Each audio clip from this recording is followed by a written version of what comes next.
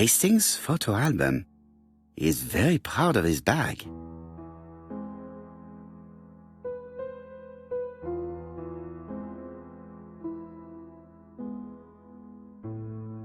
Bexhill-on-Sea, Sussex, population 24,703.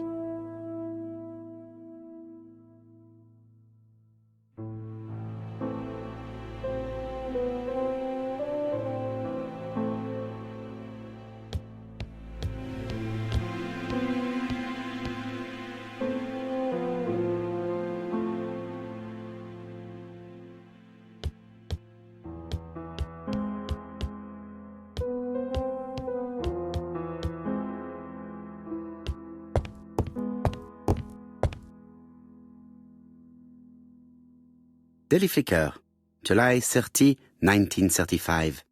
ABC affair, no progress. The alphabet murderer is still on the run. Ever since the police found the connection between the Bexhill and Andover affairs, the inquiry has barely progressed. In this issue, we are publishing provocative letters sent by the killer to Hercule Poirot. Unfortunately, they have not yet helped to find him. Daily Flicker, July the 26th, 1935. The Bexhill Horror. Young maid strangled on the beach. Killer struck at midnight.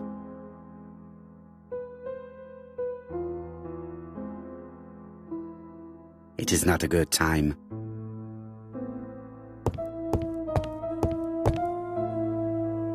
It is not a...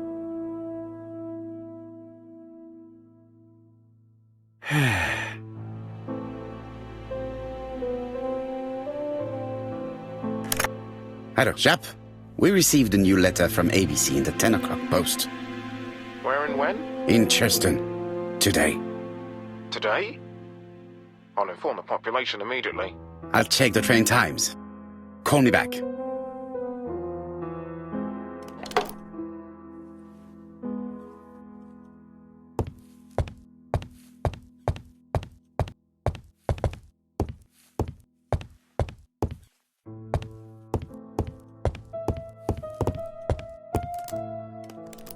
Hastings, what you are doing is an absolute disaster. That is no way to pack suitcases. Heavens, we must hurry! We have to get to Churston before the murder!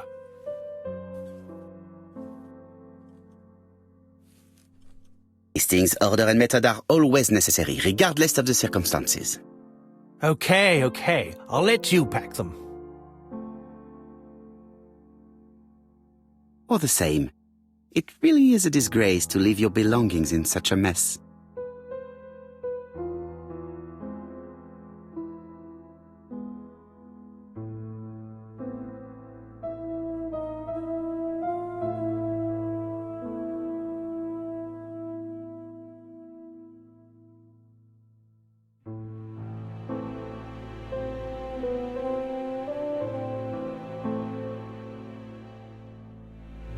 Voila! It only took a minute. Poirot, you were right. I've just consulted the ABC guide. There's no hurry. The next train doesn't leave till 11:45. You see, there is no need to hurry. We will not be in Churston until tomorrow morning. After the murder. But why has the murderer warned us so late? It's not what he usually does. Did he do it on purpose? Very good question, Hastings. We should also compare the letter we have just received with the other two, although I have very little doubt about what we will find.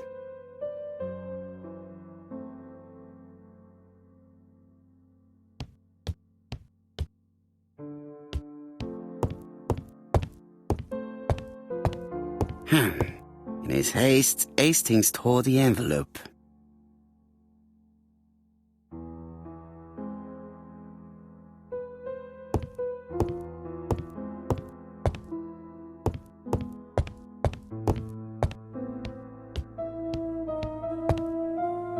Right, let us compare this new letter with the second one. Let us examine this more closely.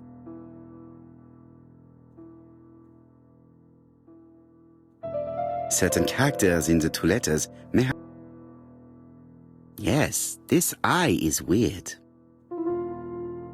Yes, the I characters in the two letters do indeed have the same defects. I have to find some... Yes, the... That's right, the... I have to find... The W is not printed properly. Of course, the W characters in the two letters do indeed have the same defects. My theory was right. These two letters were written with the same typewriter. Let us now try and get our brain cells to work.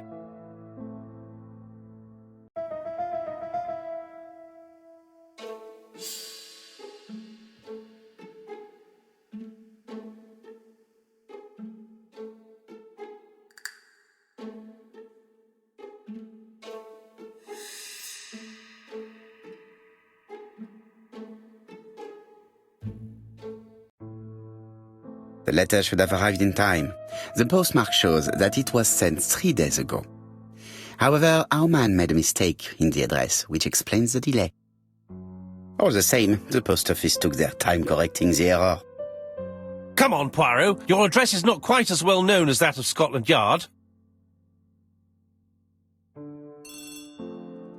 Poirot, the telephone. It must be Jap. Hastings, it would appear that you are getting slightly thin on top. Really? I hadn't noticed. Poirot, the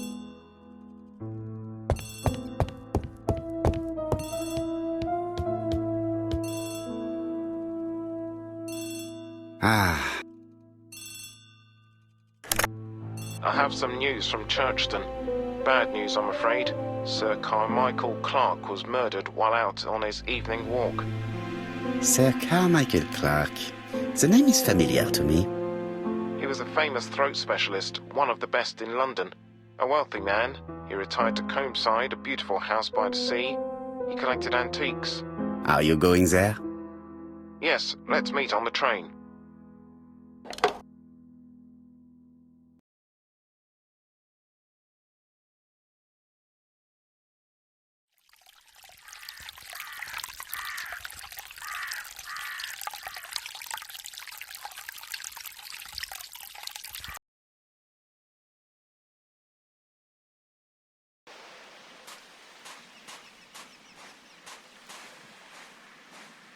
The victim is called Sir Clarke, one of the best throat specialists in London. The body was still warm when we found it. If we'd been warned earlier, we definitely could have saved him. It appears that the murderer made a mistake when he wrote his letter. A mistake? Lucky for him. And what if he did it on purpose? No. He's defined his madcap rules and he's sticking to them. It's a matter of pride for him. Shall we go up to the house, Poirot? You go, my friends. I will come soon.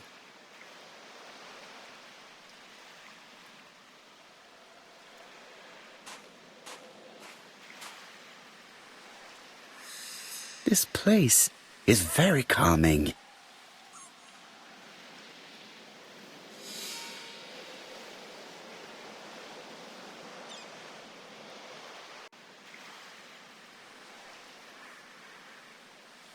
The site is exceptional. It is easy to imagine that Sir Carmichael used to enjoy stopping here every evening.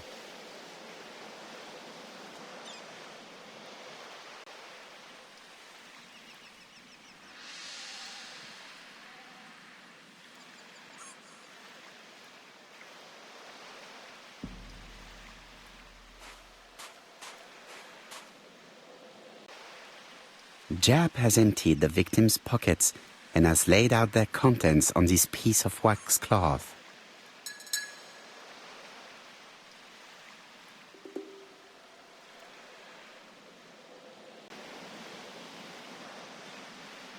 A signet ring, very probably with the Clarke family's coat of arms.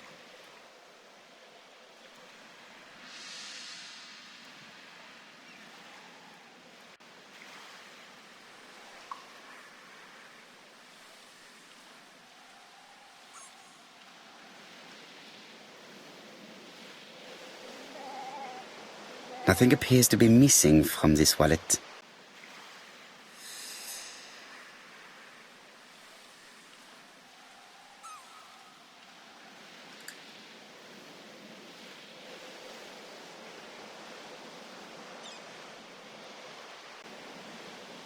An oriental dragon.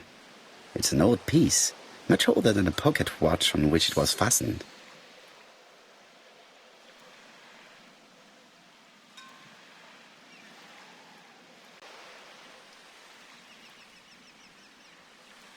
It is pointless.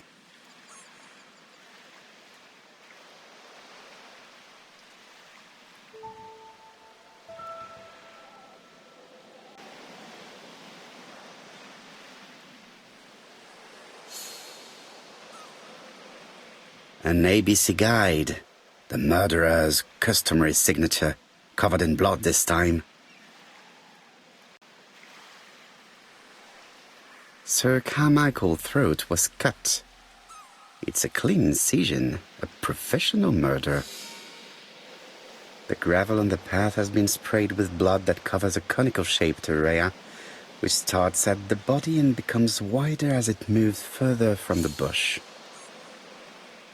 Apart from the wound to the throat, the body is untouched. No cuts, no bruises.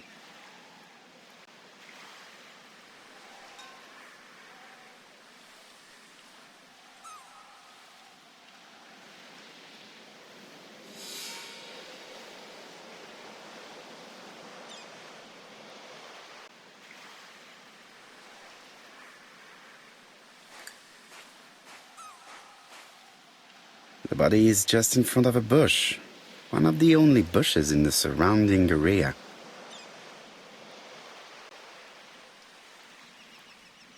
The vegetation behind the bush has been trampled.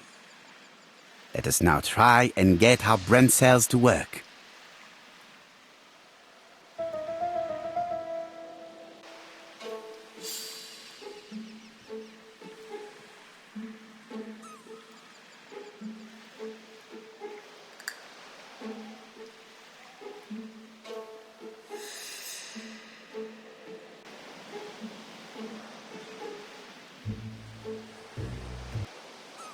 Sir Carmichael had his back to the bush when the killer cut the throat from behind. A fatal blow that sprayed blood over a range of more than 1 meter. Let us now try and get our brain cells to work.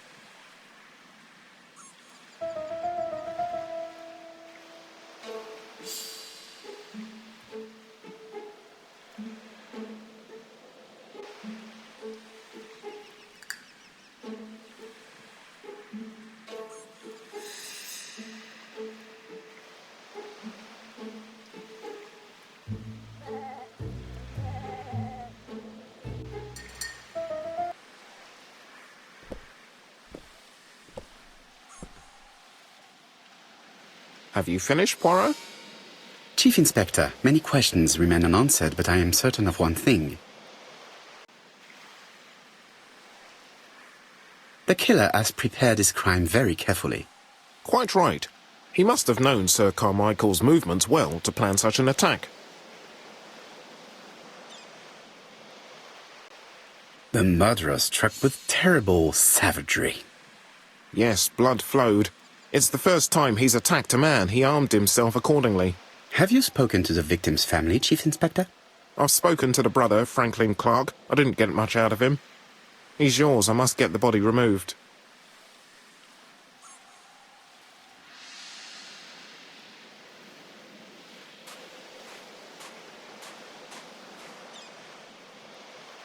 I had better go up to campsite. The vegetation behind the bush.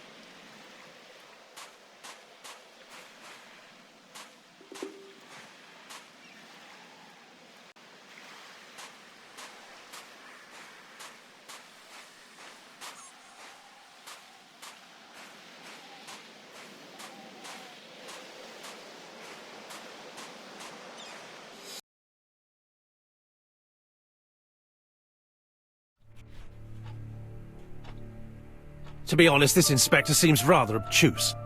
I'm counting on your friend Poirot to catch my brother's murderer. Ah, here he is now. Please, Mr. Poirot. Mr. Poirot, this is my brother's secretary, Miss Thora Grey. Pleased to meet you, Mr. Poirot. Would you like some tea? No thank you, mademoiselle. I find it hard to digest.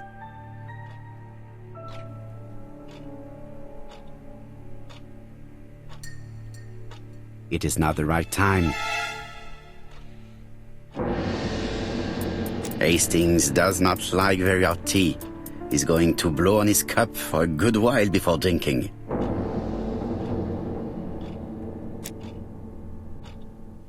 There is something very viril about him.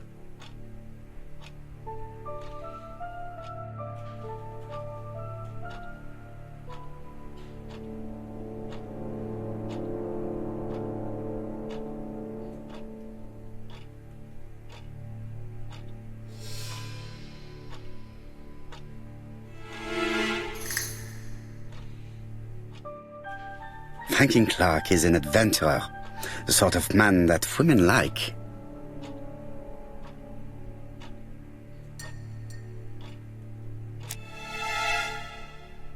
There is something elegant about her.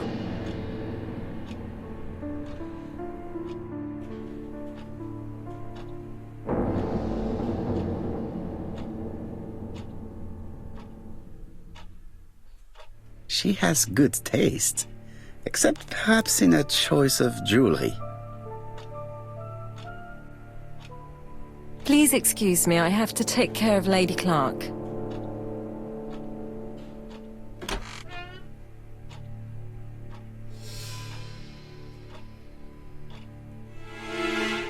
It is not the right... My brother's wife is gravely ill.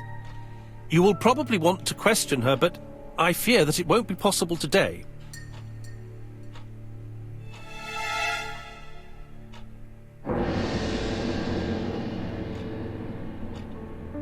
Of course, I understand. Someone set a trap for your brother. Who was familiar with his habits? Everybody knew he took his evening walk at 8:30, and that he always followed the same path.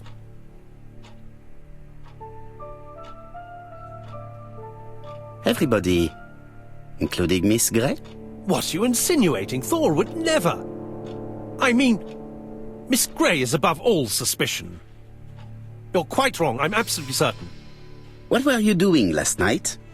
After dinner, I went to my bedroom. At 11 in the evening, the telephone rang. It was the police. I went to look for my brother. Was it your favorite novel? The Railway Children by Edith Nesbit. I know it's a children's book, but it's enthralling. So it was you who found the body? Yes, along with the gardener. Have you seen any strangers around the house recently?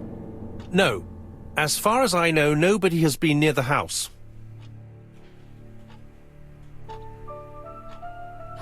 Miss Clarke. Oh, Lady Clarke must have fallen from her chair. I have to help Miss Grey get her up.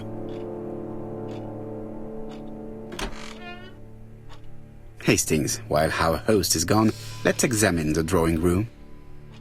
But, Poirot, a gentleman shouldn't... I take full responsibility.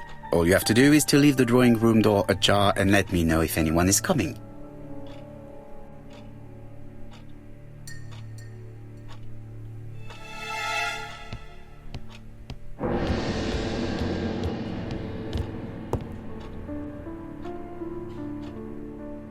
A tiger.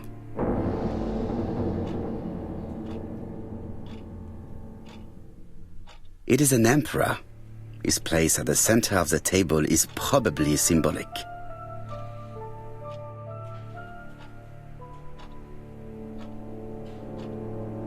A turtle.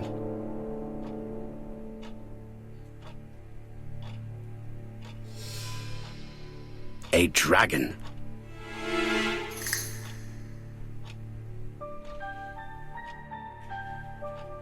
A crane?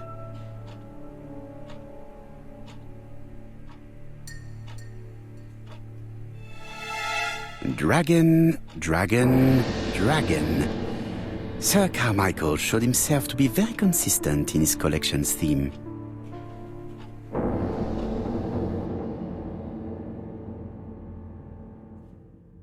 Comside's private collection, purchases since 1920. The catalogue for Sir Carmichael Clarke's collection.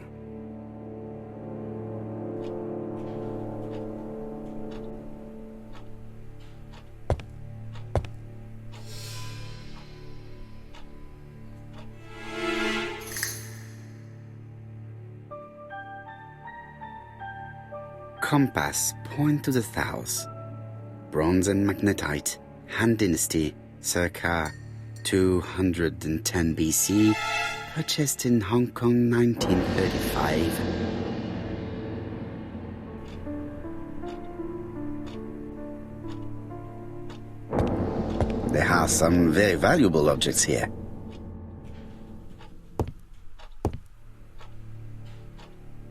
The interior is richly decorated.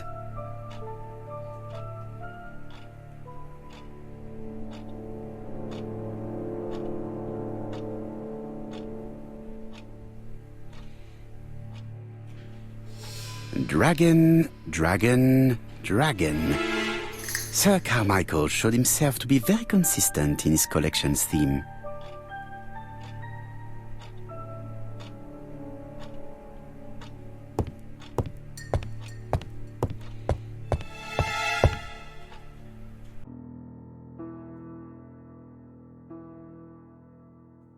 The cardinal points. This book could maybe help me. Each cardinal point is associated with one animal and one color. In the middle sits the imperial dragon, and out of respect, all the others are turned towards him.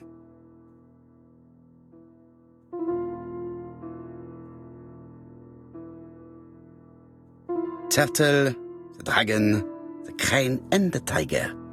I think I've already seen this motif somewhere.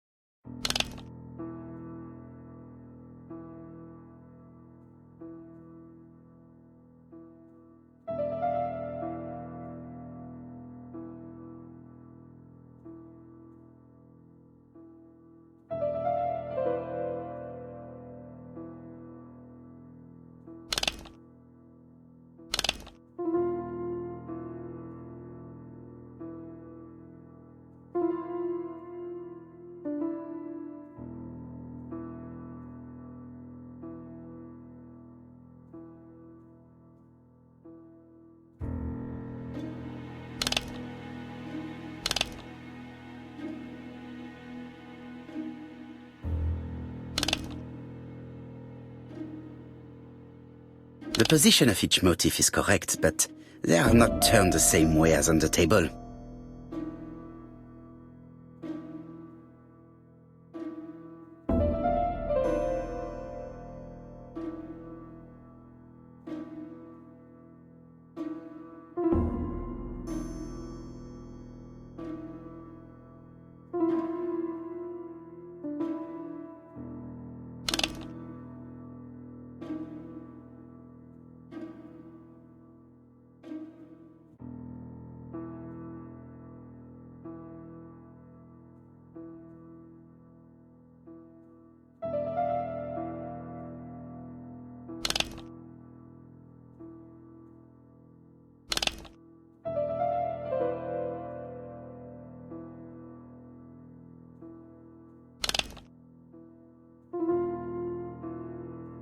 I think I heard a bang.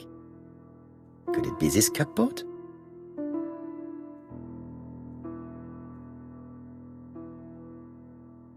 This is interesting.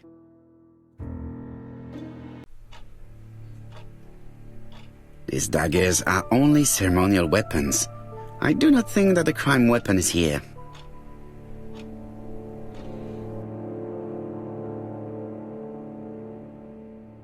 Ernest Logan, MD, Brighton Cancer Institute, 201 Dusk Road, Brighton, Sussex.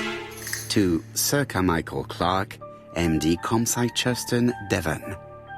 Brighton, 1935, January the 5th. As a man of science, I owe it to you to be completely frank. Lady Clarke, your wife is suffering from a generalized terminal cancer. I confess I didn't suspect anything like that during the first exams. But with the test results I have received today, there is unfortunately no place for doubt. I estimate that Lady Clarke's life expectancy is no more than 1 year. Hospitalization would not help in her case, so I advise you to keep her at home and provide her with as much morphine as required to ease her last moments. Yours sincerely, Ernest Logan.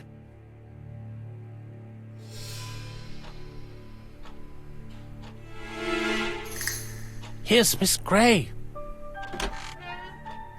Sorry to keep you waiting. Lady Clarke's condition requires regular care.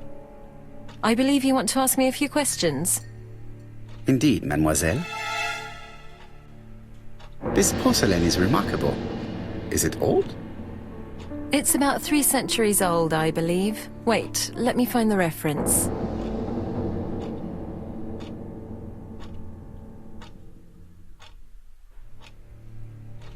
It is not the right...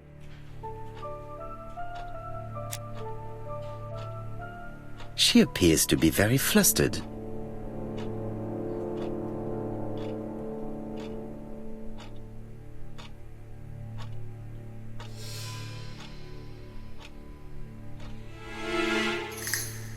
She is unable to hide her emotion, and her makeup has been disturbed. I think that this young woman has just been kissed. Here? Teapot with black dragon, Gangshi period, end of the 17th century.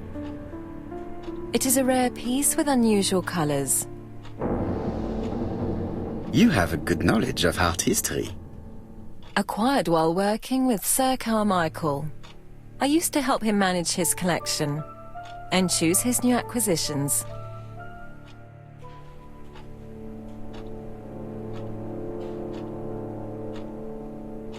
And sometimes, he used to give you a piece as a gift. Is that right? Gift? What do you mean? I am referring to your brooch.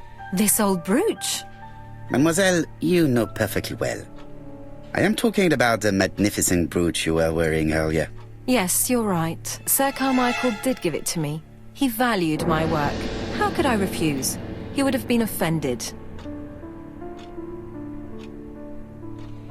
You took it off because of Lady Clarke, am I right?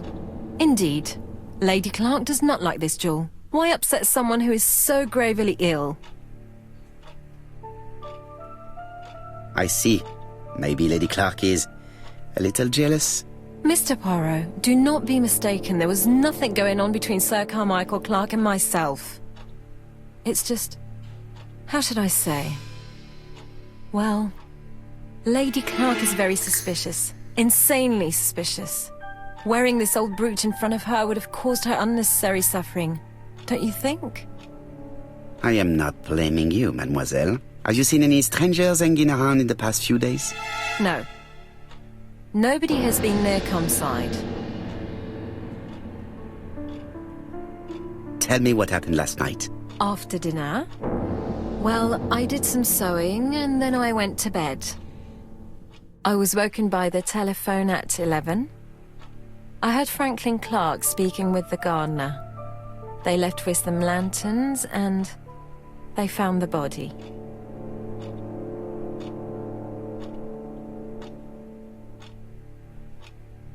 Am I right thinking that something is going on between you and Franklin? How dare you ask me such a question? Mademoiselle, it is difficult to hide things from me. He kissed you earlier, did he not? My goodness, with Sir Carmichael's death, I was feeling so awful, so worried. I was unable to resist. I am not judging you, mademoiselle.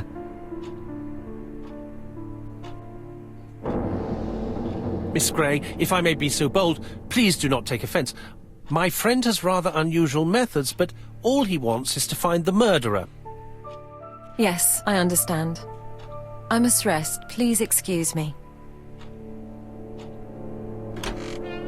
Earlier, you asked me to watch the living room door for you. I don't wish to be indiscreet, but sometimes a gentleman stumbles upon a secret without intending to. That is sometimes the case. And I saw Franklin Clarke kissing Miss Grey at the foot of the stairs. Do you think this is a common occurrence? No, I saw emotion, intensity. I think it was their first kiss. Well done, mon ami. Well spotted. However, I don't think I completely understand this business. Why did Sir Carmichael not defend himself? He appeared to have been active and strong. The murderer did not give him a chance. Let us try and reconstruct the scene.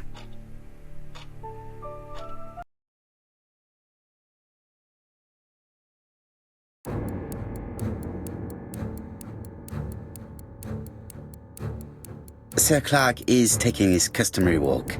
Our killer is hiding behind a bush.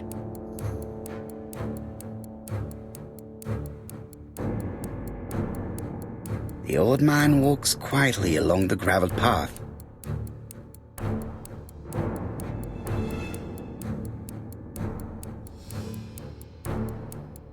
Then he turns towards the sea to gaze at it.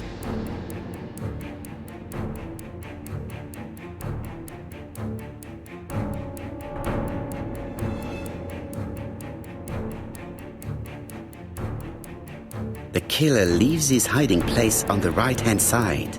He approaches silently over the grass. Then he throws himself on his prey and cuts the poor man's throat. He then lays down the ABC before leaving. Everything appears to match the crime scene, mon cher Hastings. That is exactly what happened.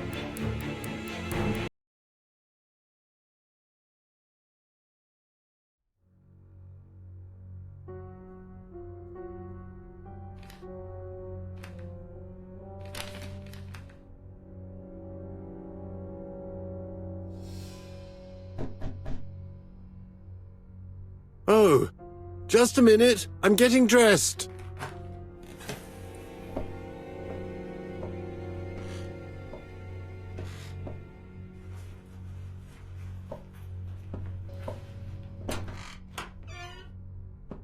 Mr. Kirst, have you recently returned from Churston? Yes, indeed I have. Have you seen the papers? And to think that you might have rubbed shoulders with the killer. Imagine that. Mr. Kirst, are you all right? You don't seem well. My apologies. My throat is burning and my head feels heavy. It's ever since the war, you know. Since my injury, my head has never been the same.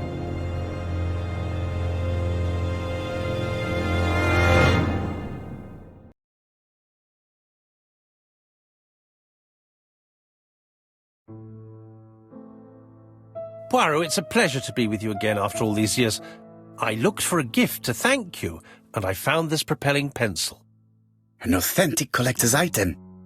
You spoil me, mon ami. And you more so by sharing investigations. Do not underestimate the help you are to me, Hastings. Intellect is not everything. There is also goodwill, and you are not short of that. Later, I will ask you to help me tidy up the room and bring some chairs. Our guest will be here soon. Ah, is Thora Grey coming? Naturally. She is a fascinating young woman, n'est-ce pas? Oh, come on, Poirot. I'm a married man. And Miss Grey has already been courted by Franklin Clarke. Poirot, our guests will be here soon. We must prepare ourselves.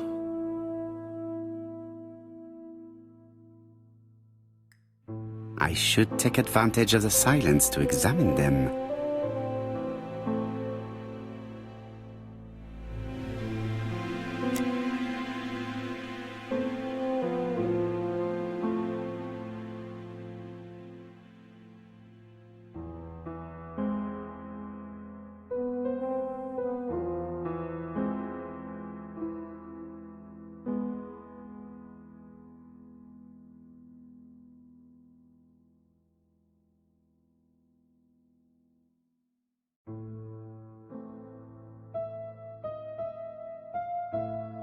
I ought to concentrate on my guests.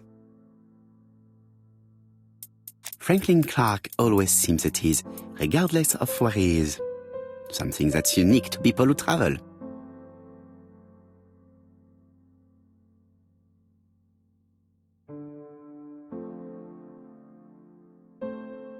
The song says, "Sometimes I love a blonde who comes from Eden by way of Sweden. But I am not sure that this blonde is an angel. Sometimes I love a brunette, sometimes I love a blonde." That's what the song says.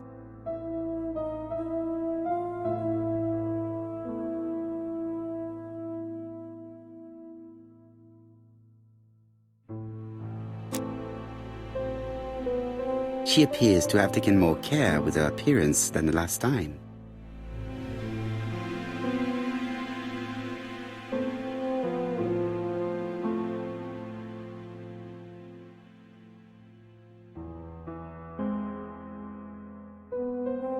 She's looking at Mr. Fraser out of the corner of her eye. Did she make herself beautiful for him?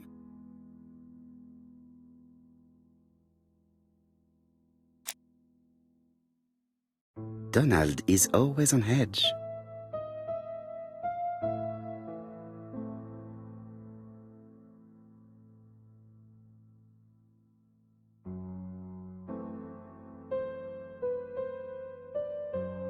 Donald Fraser is very nervous at the moment, even if he is trying hard to control himself.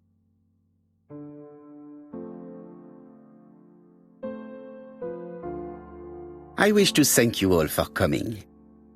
I wanted to bring everyone close to the victims here in order to unmask the murderer. Get to the point, Mr. Poirot. What do you want from us? You are an intelligent woman, Mademoiselle Barnard, and I'm sure that you have already understood my intentions. You think that if we put our heads together, we might come up with something new? I am convinced of it. What I ask is that you search your memories. The murderer must have left some trace. Yes, he must have prepared his crimes very carefully. Tout à fait. He did not get to Bexhill at midnight in order to strangle a young girl whose name by chance starts with P. Must we go into that? Mr. Fraser, please get a grip on yourself. Well, I want to help you, but I don't remember anything else. Nothing I haven't already said. And you, Mademoiselle Barnard, did your sister say if she was seeing another man? She never would have told me.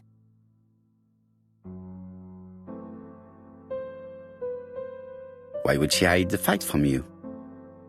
Betty knew I didn't approve of her behaviour. Her flirting was spoiling any chance she might have had. Tell me, mademoiselle, what did you talk about with your sister? Silly things. Her new dress. She wanted a pair of black stockings to go with it. Mother bought her a brand new pair. The day it happened, she was crying, and to think that Betty never even wore them. Poor Mummy. Your sister used to sing, I believe. Did she ever perform in public? She dreamt about it, but she had a very bad cough. It troubled her greatly. She had to cancel auditions and miss lots of opportunities. A pity. Yes, she sang well, but that doesn't tell us much about the murderer. Qui sait? In any case, we now have enough information to draw up a relatively precise psychological profile. Let us now try and get our brain cells to work.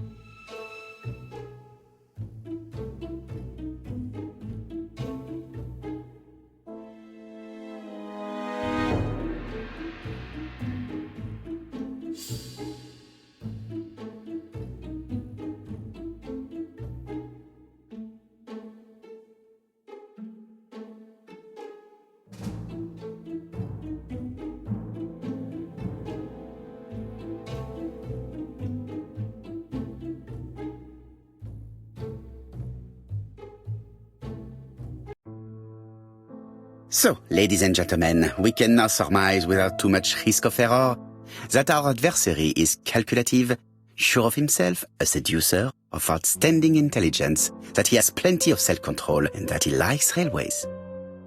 It's a good start. Other meetings may be necessary. I hope that you will be able to come back again. Well, it's just that...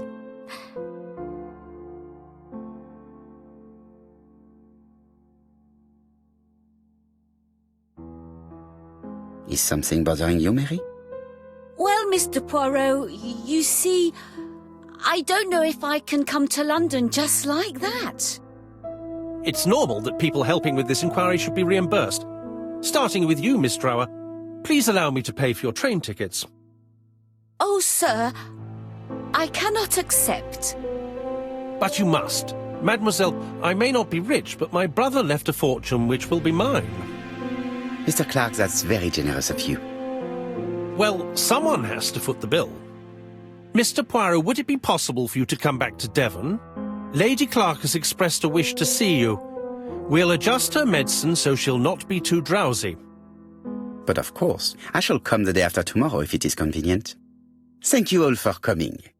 We will meet again soon. The meeting was most fruitful. Really?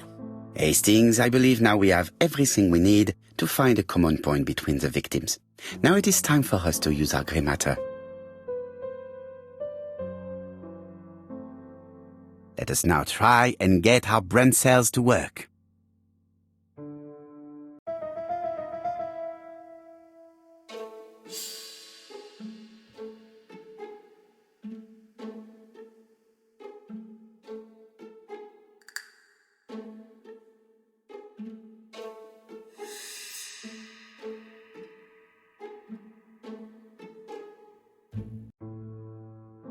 The first two victims suffered from bad throat, and that was precisely the specialty of the third victim, Dr. Clarke.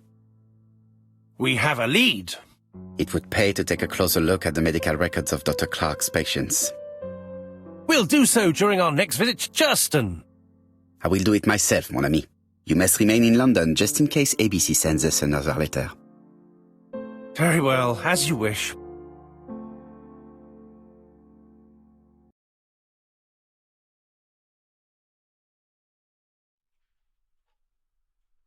Thank you for coming, Mr. Poirot.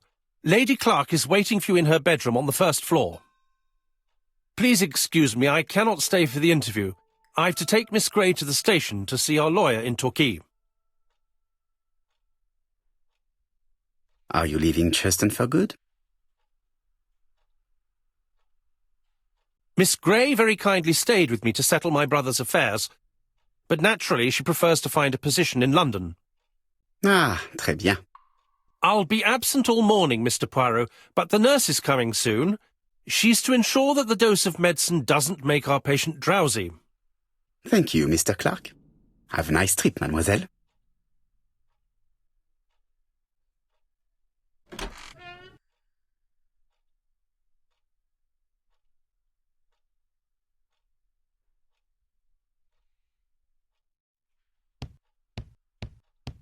It would be rude to make Lady Clarke wait any longer.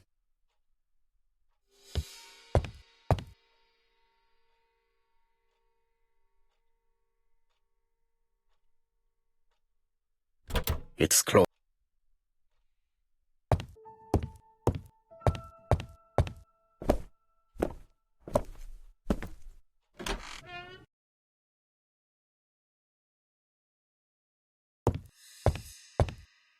It would be rude to make...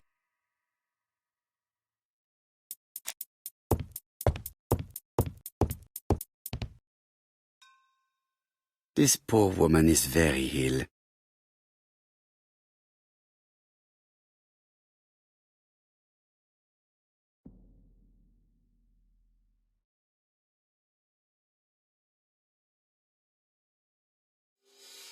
This woman is suffering. She is in no state to have a conversation.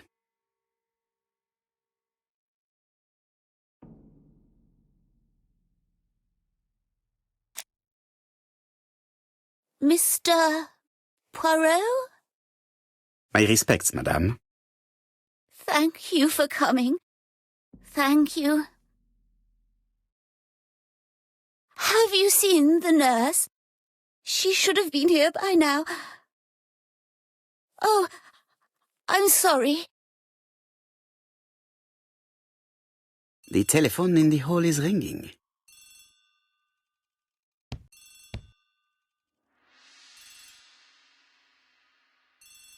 Lady Clarke is in pain.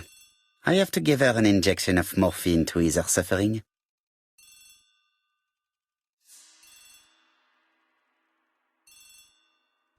It's closed. Lady Clarke.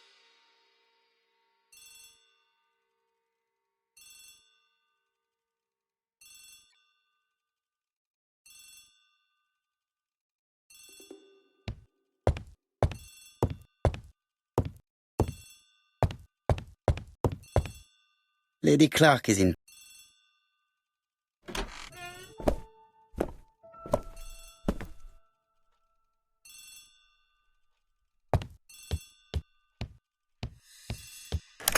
The Clarke residence.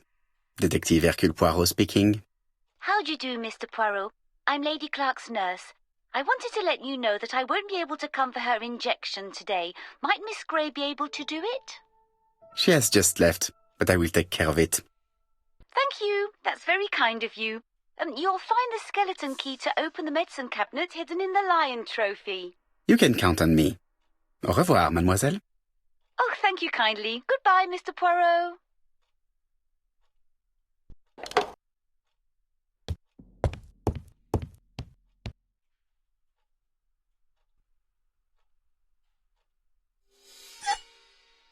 Here is the skeleton key.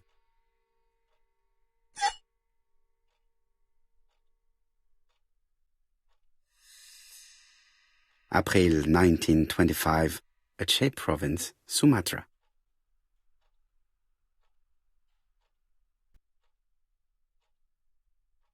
Lady Clarke is in...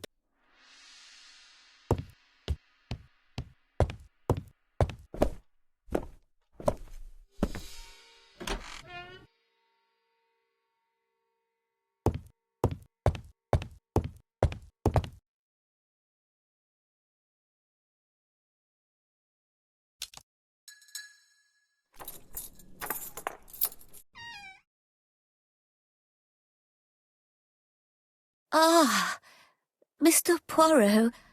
I feel better now. Thank you for your help.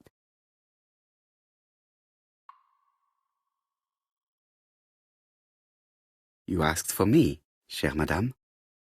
Yes, yes, of course, I wish to speak with you. But what was it about? No doubt. You wish to talk to me about what happened to your husband? Ah, yes. Oh, poor Carmichael. Has the madman who killed him been caught? Not yet, chère madame. There was a great many people in Cheston on the day of the murder. Indeed. People go straight to the beach. They don't come near Coomside. So, there were no strangers around the house that day? Who said that? The people who live here. Your brother-in-law, Miss Grey. Miss Grey? Oh, I don't like her.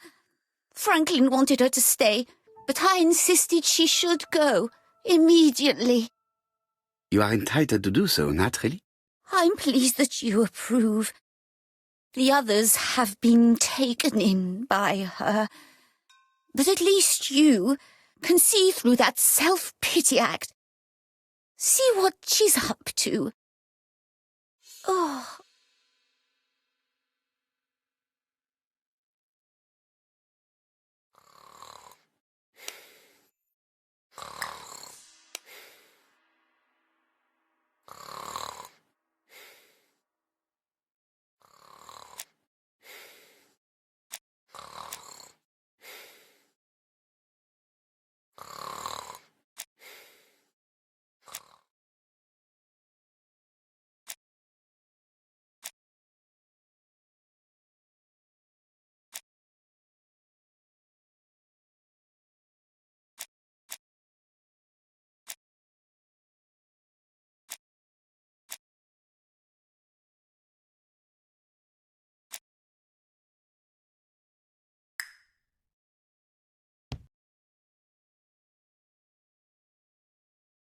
This subject would probably be useful to me.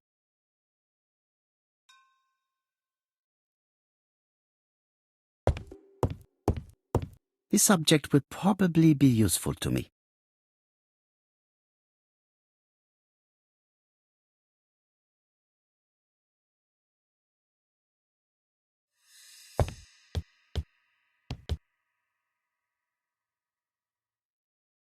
This couple appears to be having fun.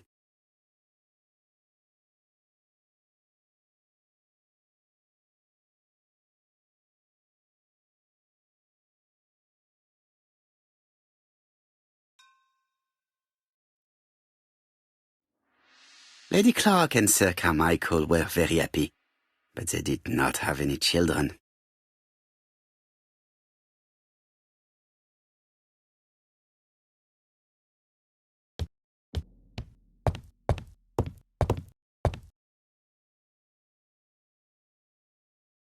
This subject would probably be useful to me.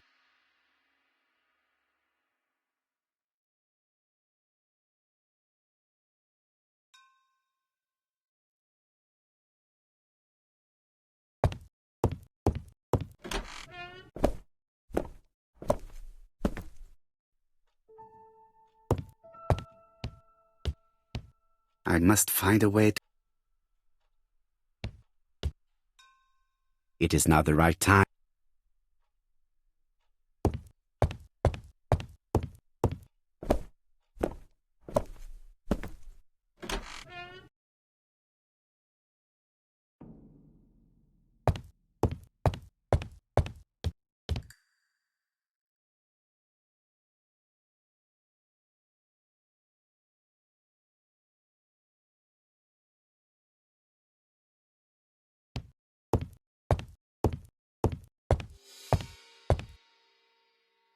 I've finished with this subject.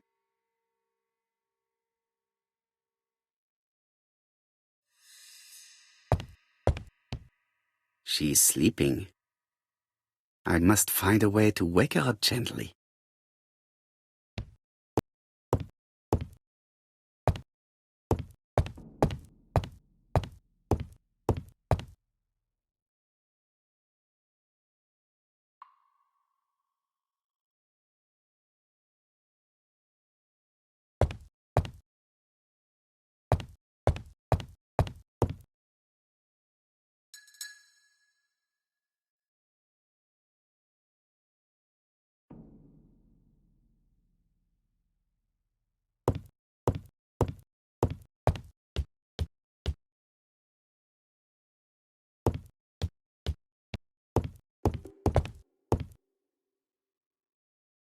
Lady Clarke and Sir Carmichael were very happy, but they did not have any children.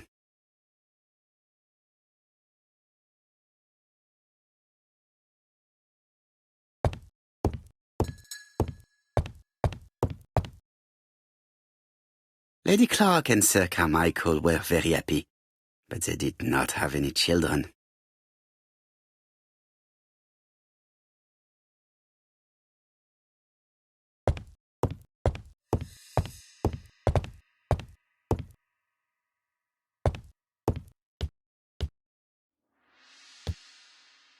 She's sleeping.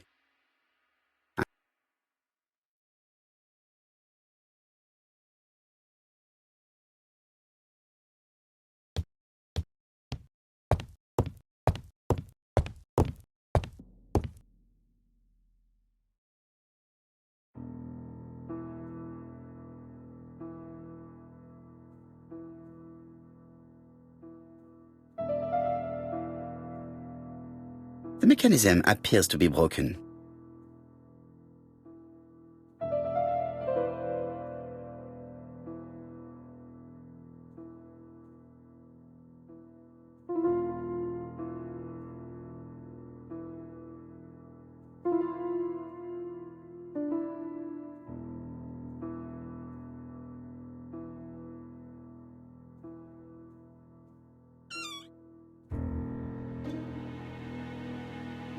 This spring appears to be broken.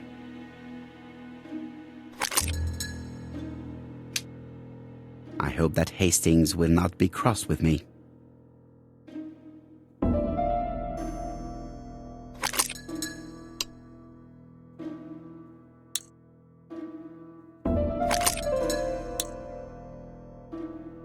This part appears to be working.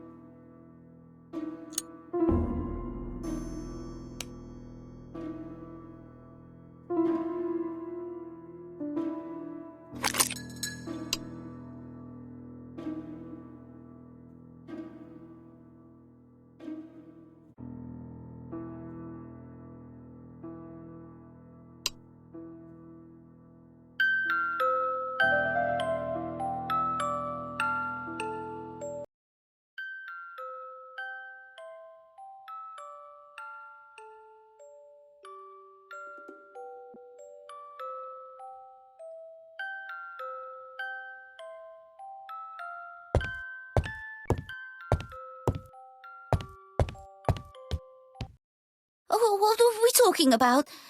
Ah, yes, Thora Grey. Oh, Carmichael had great esteem for her, but for me she was nothing but a hypocrite. Miss Grey was a hard worker, though. Thank goodness. Fortunately, she was good at her job. I don't see why you all think you should have to defend that girl. You are very harsh. Do not forget that the girl is an orphan. Yes, and she used the fact to get around men. Take Franklin. He's fallen for her sweet-talking charms. Oh, he's a lovely boy, very plucky and sure of himself. But so naive, oh, when it comes to women. Miss Grey did look after you very well, though. Outwardly. But she's hiding something. I think she tried to poison me. Miss Grey? A poisoner? But everybody appears to like her.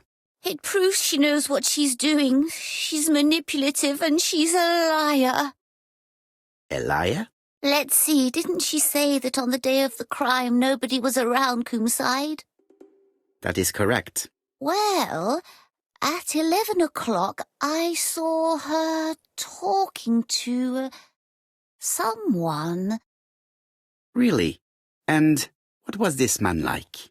An ordinary sort of man with a very plain face. Oh, I don't remember well. Was he a gentleman?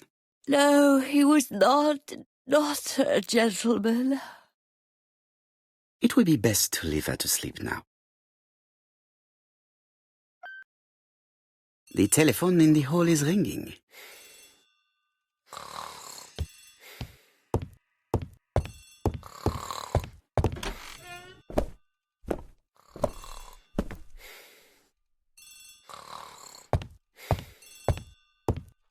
It is now the right. The telephone is ringing. Hello? Poirot, is that you? Hastings here. Thank you for calling. Have you received a new letter from the murderer? No, thank goodness. How are things in Churston? I questioned Lady Clarke, but I will not leave until I have examined everything of interest to me here. Fortunately, Franklin is absent, and I have a skeleton key. Have you seen Thora Grey again? Briefly. But rest assured, I intend to summon her to London soon. She's a fascinating girl. But secretive. I would like to ask her a few questions. Poirot, she wouldn't hurt a fly. Each to his own, my friend. Yours are pretty orphans, mine old ladies that have the maladies. Poirot, are you mocking me? No ill intended, rest assured. À bientôt, mon ami.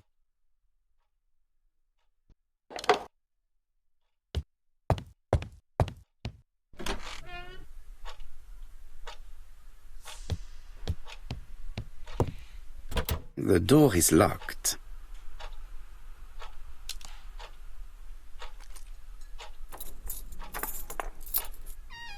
This unit contains the medical records for Sir Clarke's patients. Let us study them closely and see if there are any familiar names.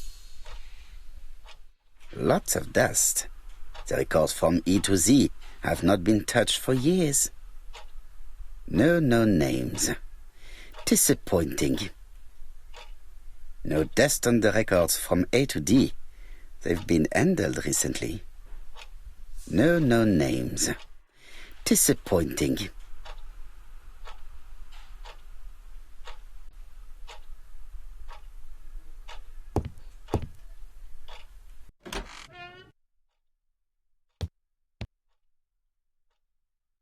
How am I going to open this trunk? Let us examine it.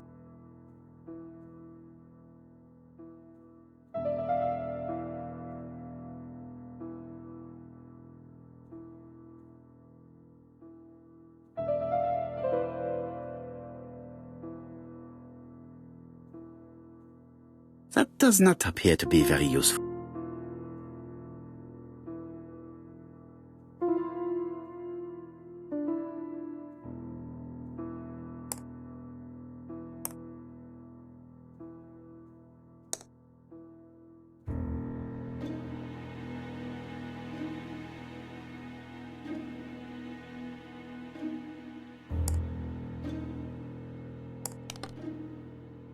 Leaving the code on the trunk.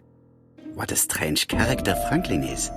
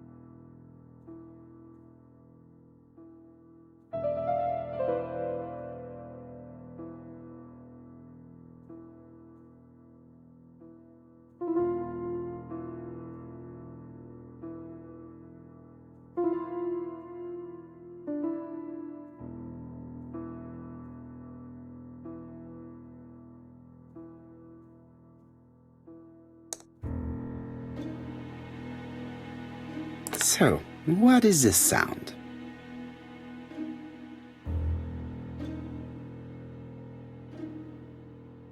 I should be able to open the trunk now.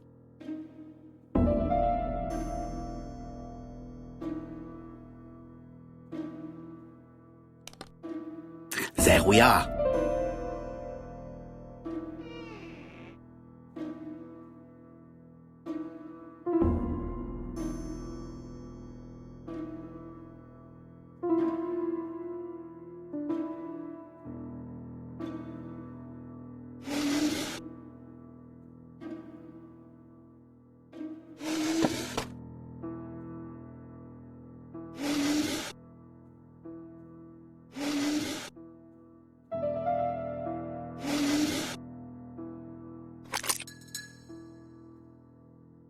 Why has Franklin put an Allen key inside his trunk? I'll borrow it for a minute.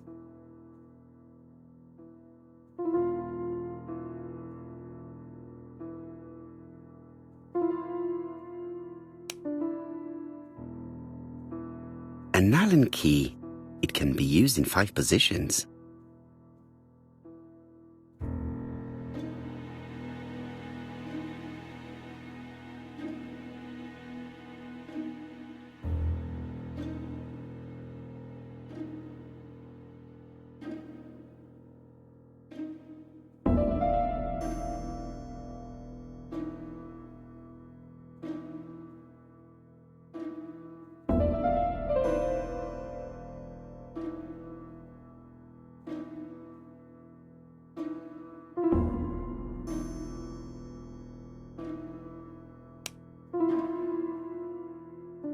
An Allen key.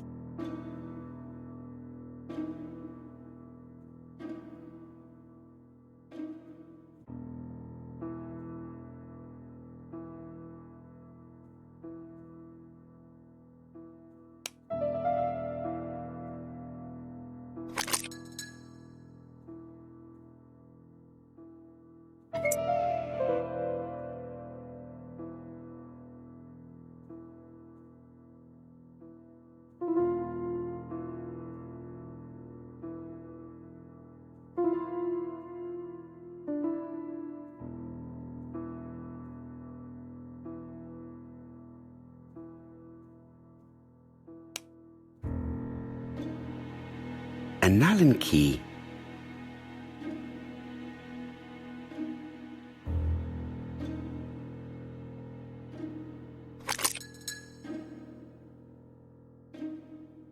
Another screw.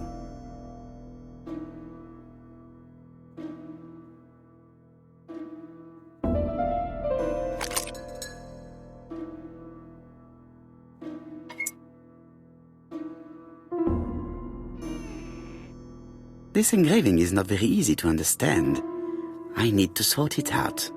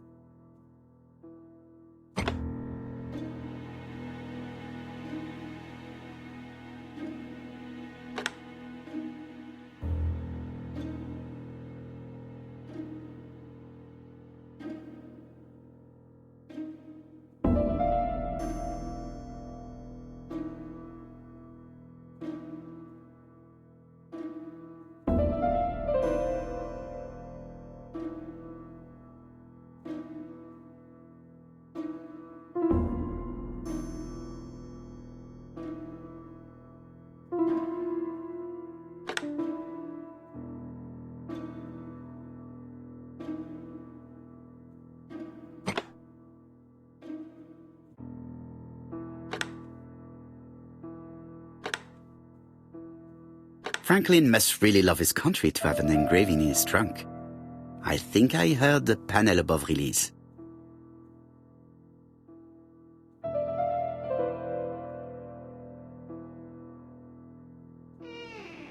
A signet ring? A signet ring with a code written on it. 1587. It may be useful to me.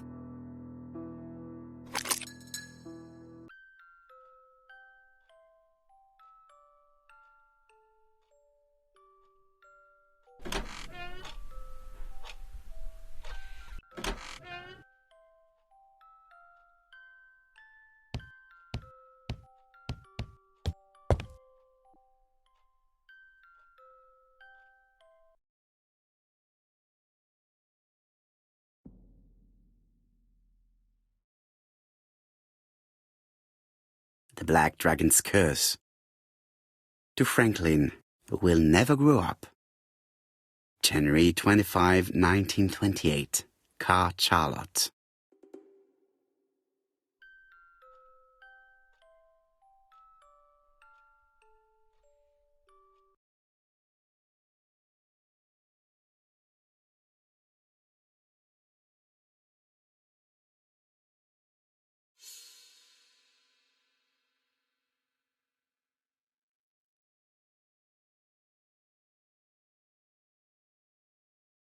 Miss Thora Grey I, Justin, Devon. Arsenic trioxide thallium.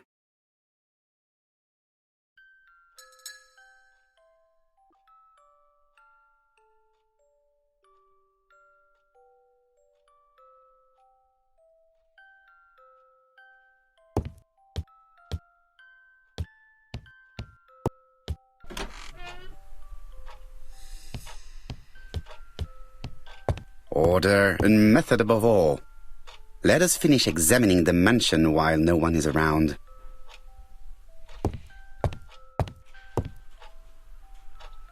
I see some papers that were not there the first time I visited. Valuers report property. Building land located in Comside, Churston client, Sir Clarke, April 15, 1935, Court and Brunskill office.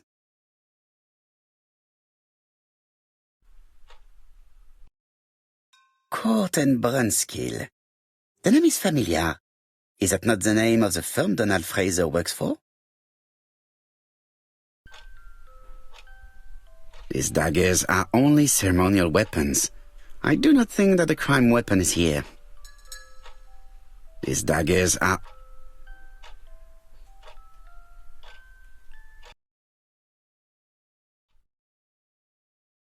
Ernest Logan, MD. Lady Clarke, your wife is... I estimate that Lady Clarke...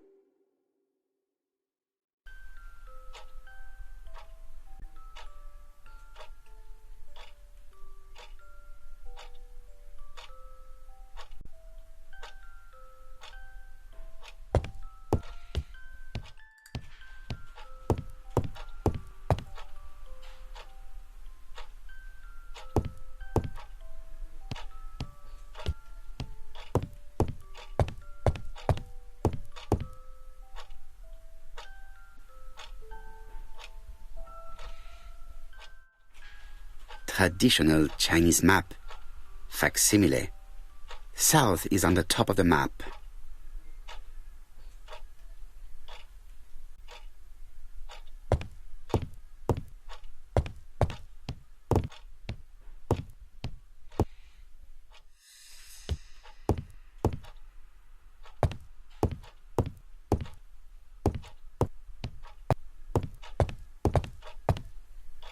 There are some very valuable objects here.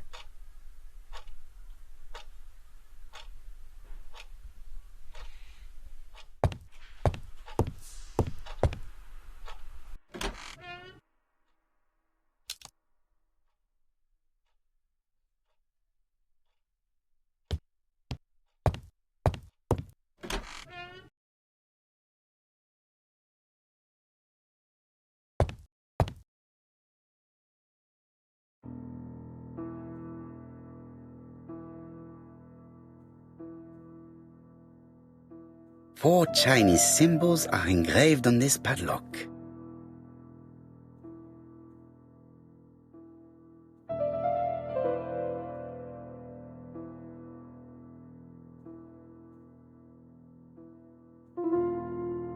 Well, the characters engraved on this disc resemble those engraved on the padlock.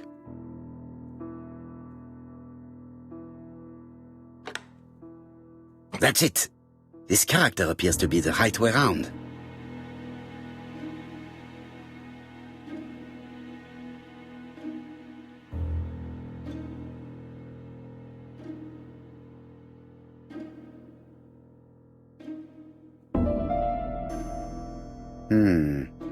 So...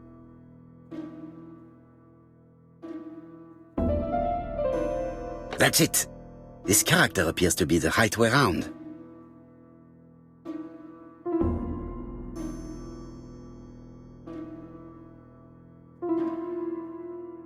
The position of this character looks right to me.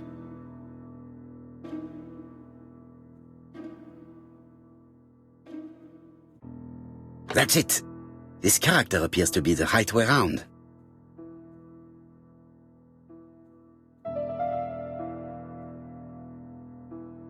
Very good. All the circles are facing the right way. What are they showing me?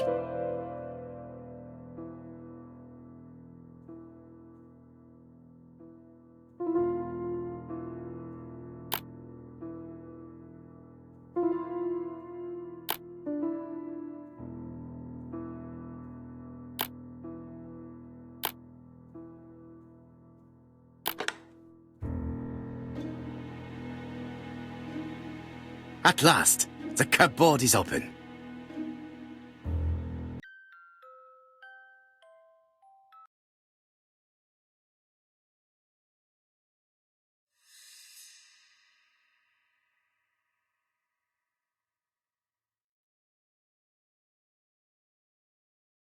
Genteel and wild, English countryside revisited.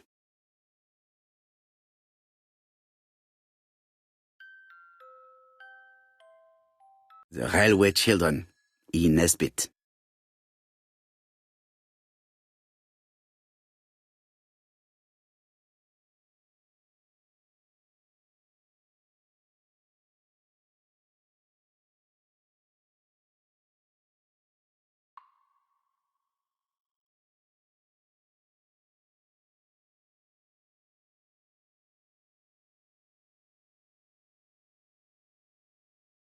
For Franklin, Und Effie's Christmas, 1910.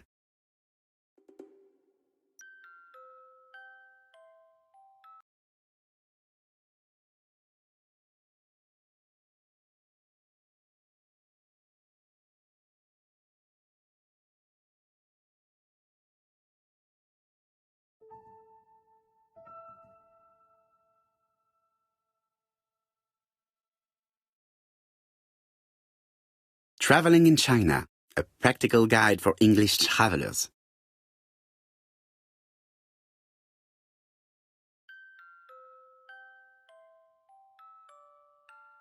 Helmet, flask and rifles. Franklin is very well equipped.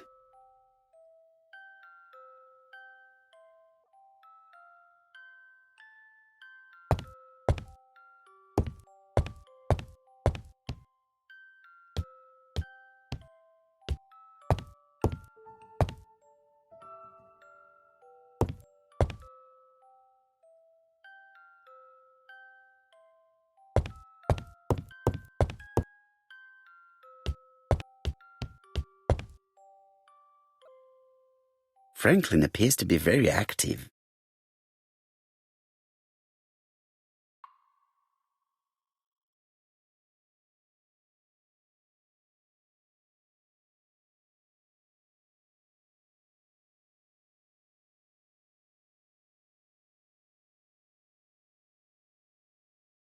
Franklin Clarke appears to be a typical British gentleman, a good sportsman, a hunter, a traveler.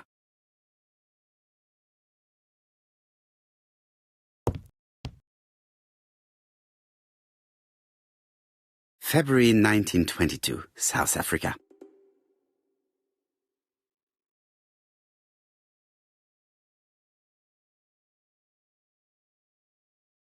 July 1920, Alaska Peninsula.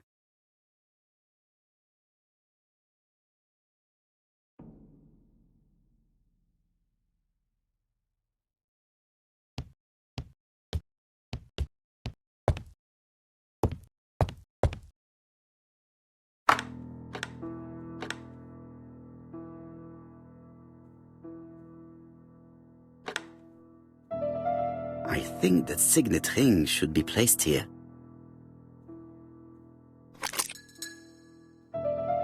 The plates around the picture appear to have unlocked. I think I've already seen these symbols on Franklin's trophies.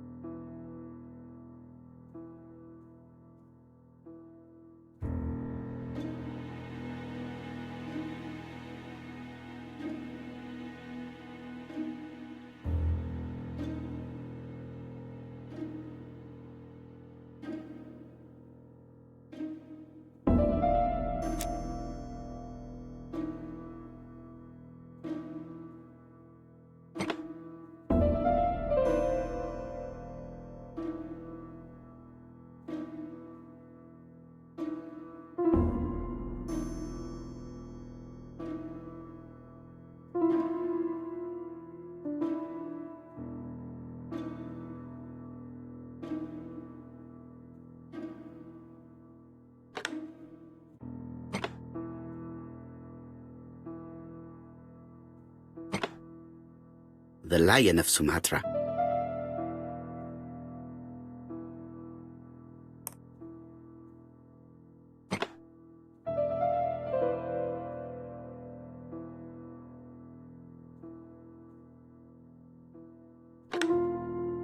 The Alaskan Kodiak bear.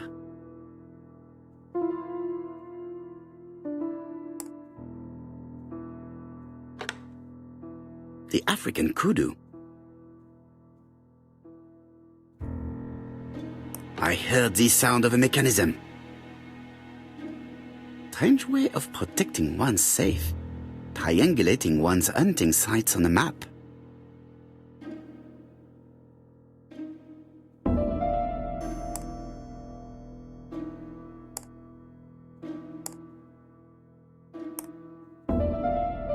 These documents are very likely going to help me for the rest of the inquiry.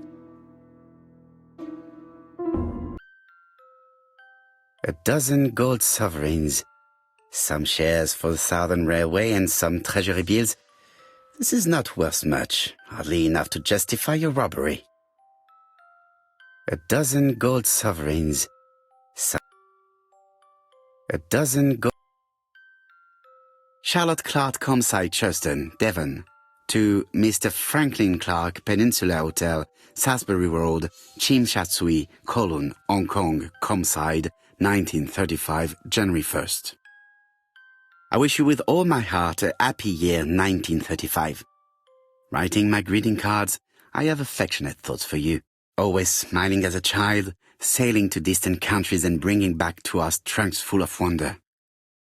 At home, everything annoys me, starting with this young Thora Sir Carmichael is so fond of. I have nobody to share my feelings with, so I write to you. How can I tell you what happens to me? The simplest way the better. I am doomed. I still have 1 year to live, no more. How do I know? I opened the secret drawer of Carmichael and read a letter not addressed to me. In this letter, Dr. Logan tells my husband in the most direct way the truth he conceals from me. Sir, I know, but my husband doesn't know I know. Please don't tell him. And if he shares the truth with you, act as you are surprised. Carl will probably speak in his usual convoluted way, but I wanted to be the first to announce it to you. It does matter to me that you are aware of what happens in Comside. Warm regards, Charlotte. Sir Carmichael Clarke, Comside, Churston, Devon, to Mr. Franklin Clarke, Peninsula Hotel, Salisbury Road, Tsim Sha Tsui, Kowloon, Hong Kong, Comside, 1935, January the 12th.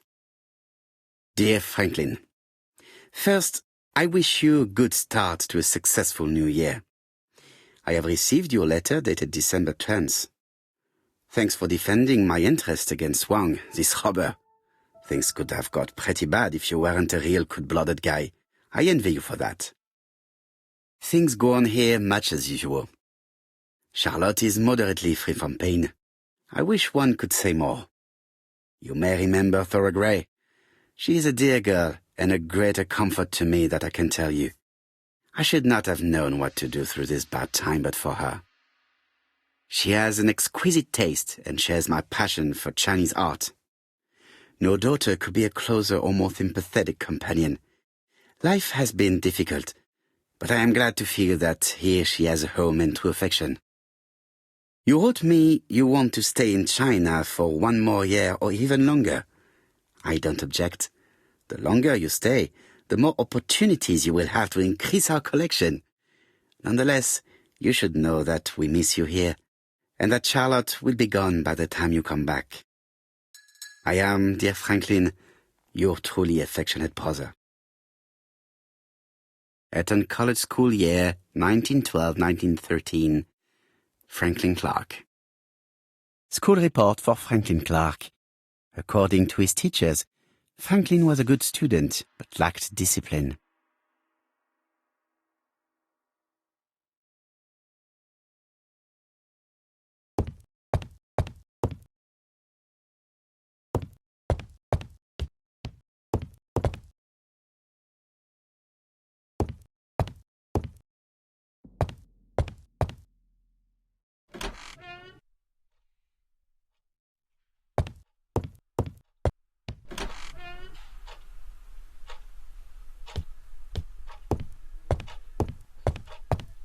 There are some very valuable objects here.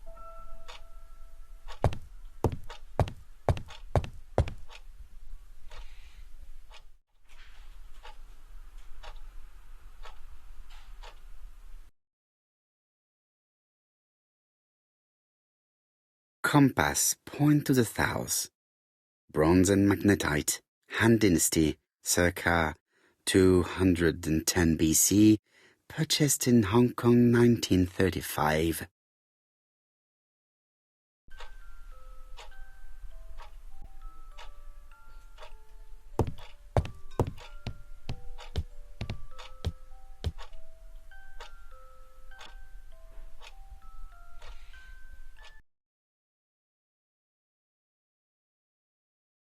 A dark dragon for a bright-haired maid.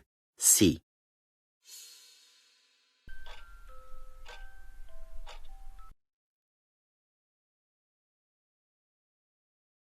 I've already seen similar daggers.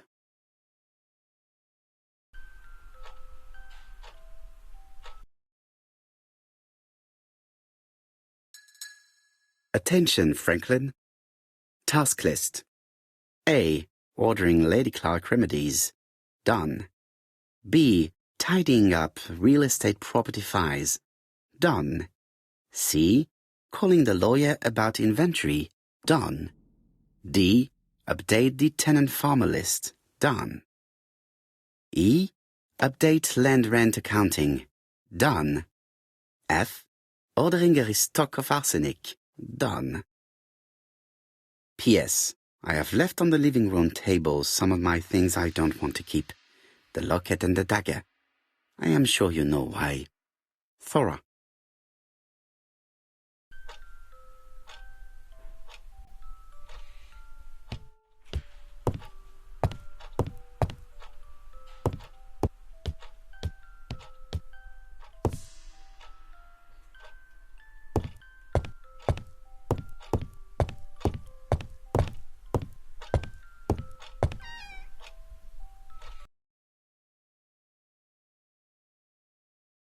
Where is the horrible smell of carrion coming from?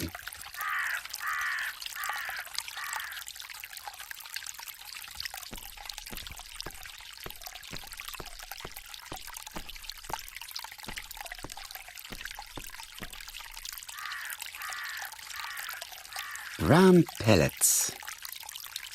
Revolting. Brown... Tut-tut. The gardener does not follow the alignment. There, that's better. It is symmetrical. There, that...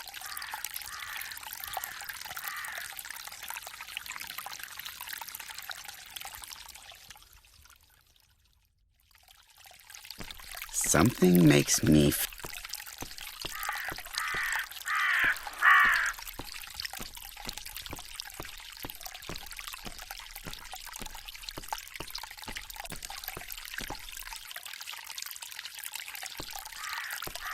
I would like to congratulate Clarke's gardener. What symmetry!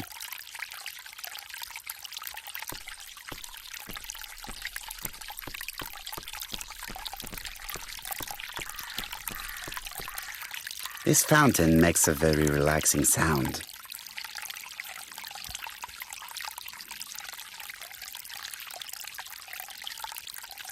This wisteria is in full bloom.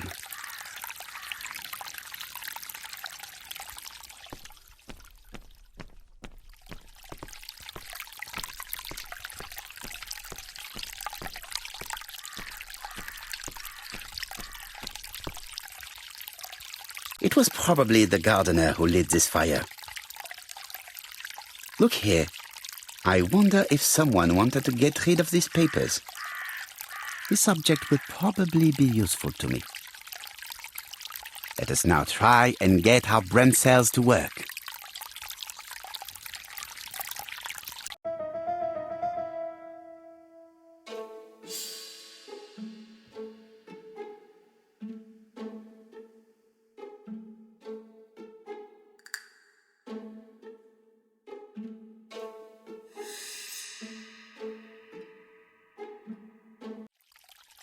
Everything that Thora Grey has left behind comes from Sir Carmichael's collection. He most probably gave them to her, but she chose to leave them here rather than run the risk of being accused of theft. It is understandable when you know just how much Lady Clarke mistrusted her. Let us now try and get our brain cells to work.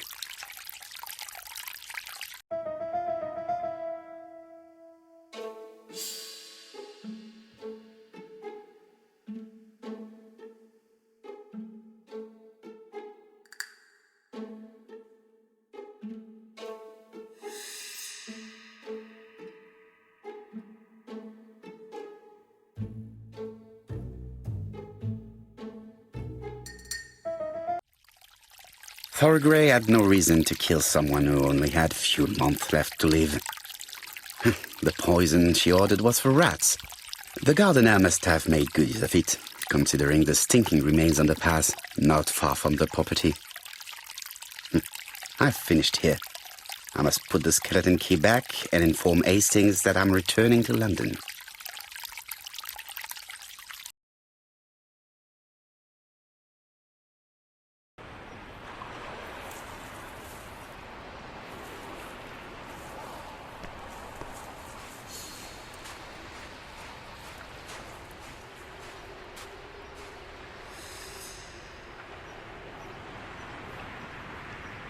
May you have peace, Carmichael. Charlotte.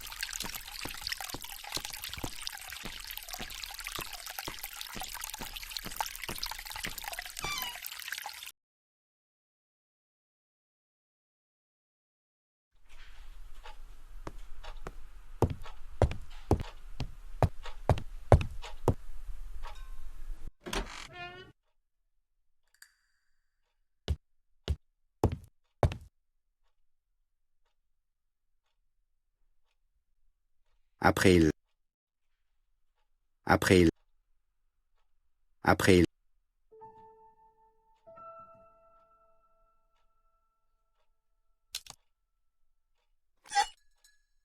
Perfect. April.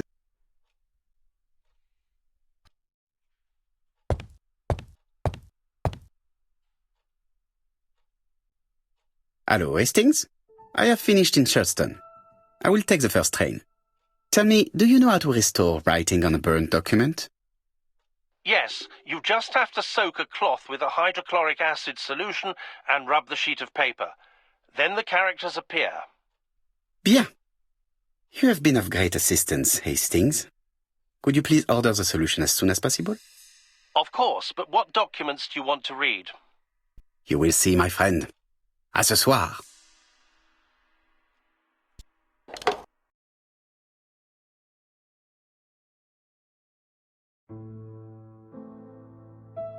Donald Fraser is here. He insisted on waiting to see you.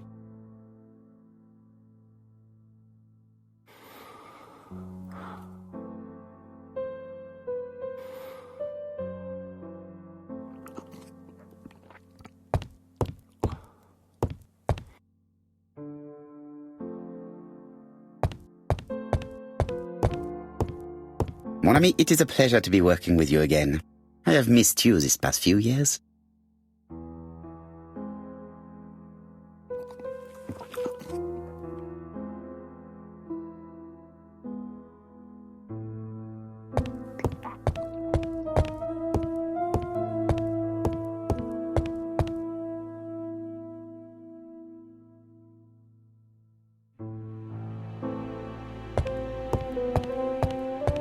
I lock my revolver in this drawer. I've not used it in a very long time.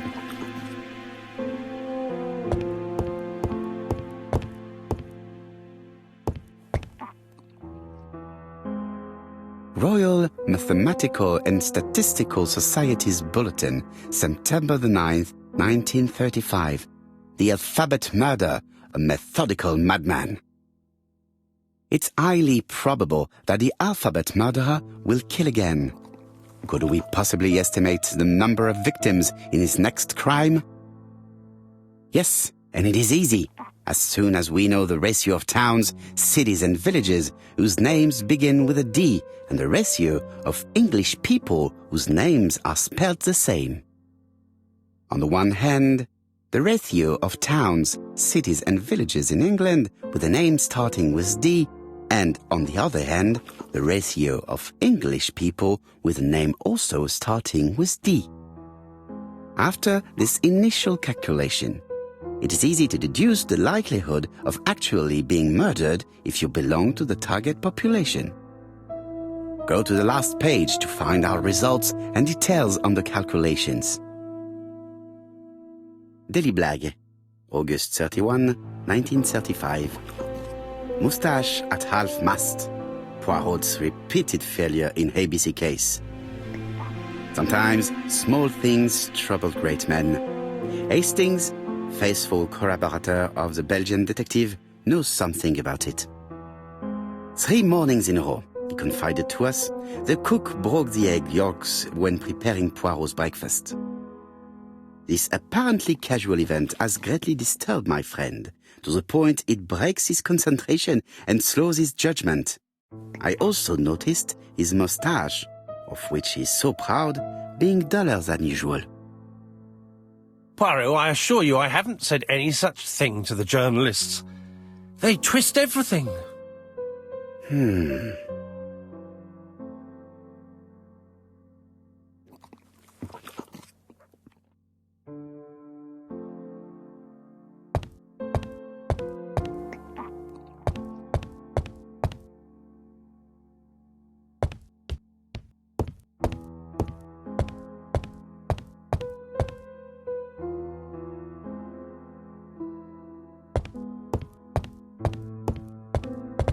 This bottle is for our visitors. Personally, I prefer the sherry.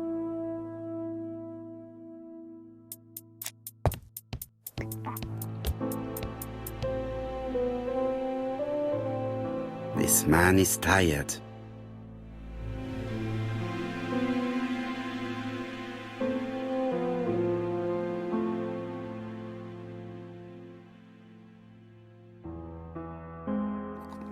Donald is short of sleep, and it looks as if he didn't even bother to undress before going to bed.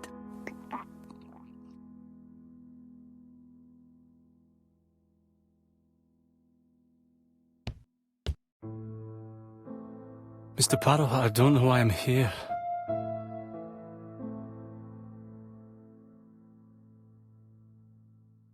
You wanted to talk, and you came to find the only man capable of hearing you. Mr. Poirot, since Betty's death, I've doubts about myself. I don't know what to do. And I keep having a horrible dream 3 nights in a row.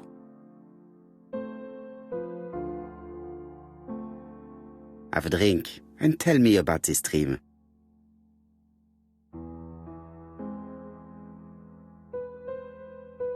It's always the same. I'm on the beach with Betty. I grab her round the throat, and I squeeze and squeeze until she's dead. Her head falls back, and I see that it's no longer Betty. It's Megan's face. Have you seen Megan Barnard recently? Yes, our grief has brought us together. I never really knew her before.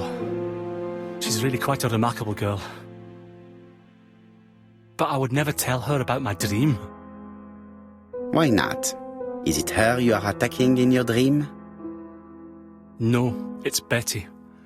And once Betty is dead, it's Megan's face that appears in its place. Very interesting. Let us now try and get our brain cells to work.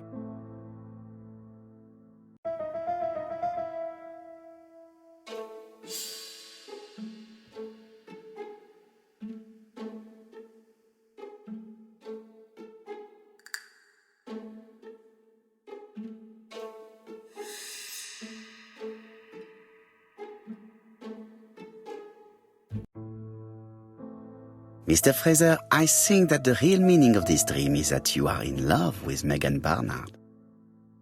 Please go on. Do. This dream certainly betrays your guilt. Oh.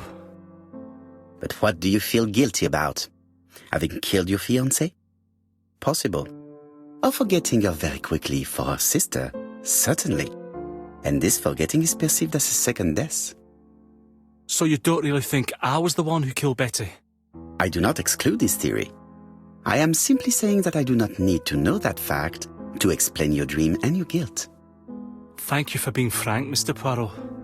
You've helped me a great deal. I'm going back to Bexhill. I'll not take any more of your time up. It is late, Mr. Fraser, and you are tired. I'll sleep on the train. I like trains. It's easy to sleep rocked by the sound of the wheels. Poor boy, he seems completely lost. Well, women seem to like him. I think Megan will take care of him.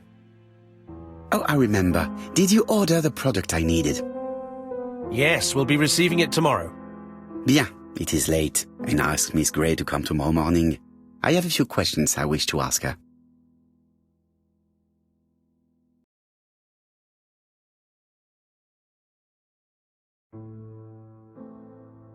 Mademoiselle, I asked you here in order to answer a very important question.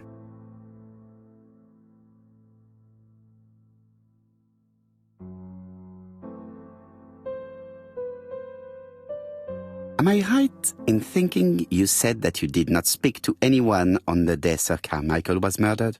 It's the absolute truth. Yet, Lady Clarke maintained that she saw you talking to a stranger on the front doorstep. Really? She must have been mistaken. Oh, I remember now. I'd forgotten all about it, but it wasn't important. It was just a salesman. One of those traders who sell stockings from door to door. Can you describe him to me? Medium size, glasses, dark suit and a felt hat. Not the sort of man you notice, completely harmless. That's why I forgot all about him. Nothing else? He was very hesitant and shy. Usually door-to-door salesmen are very confident, but he wasn't.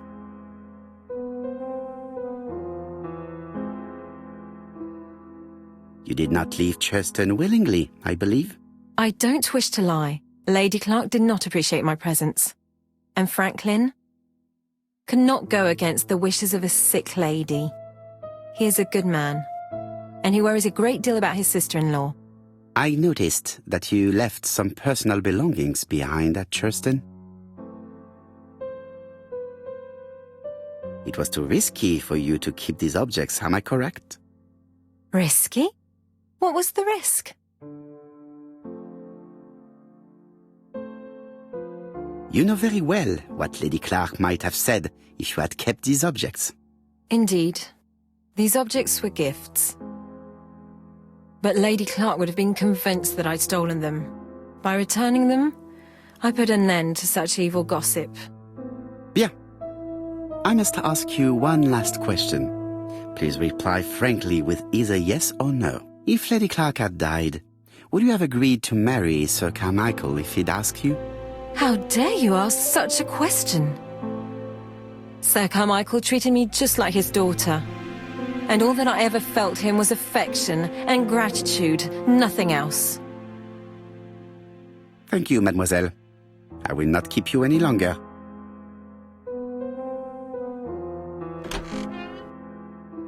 I met Thora Grey on the stairs. Her cheeks were ablaze, and she appeared to be deeply hurt. Poirot, have you offended the poor girl again? Do you have good reasons for accusing her? I accused her of nothing, Hastings. I simply asked her an important question she did not answer. Let us see if we can answer it for her. Let us now try and get our brain cells to work.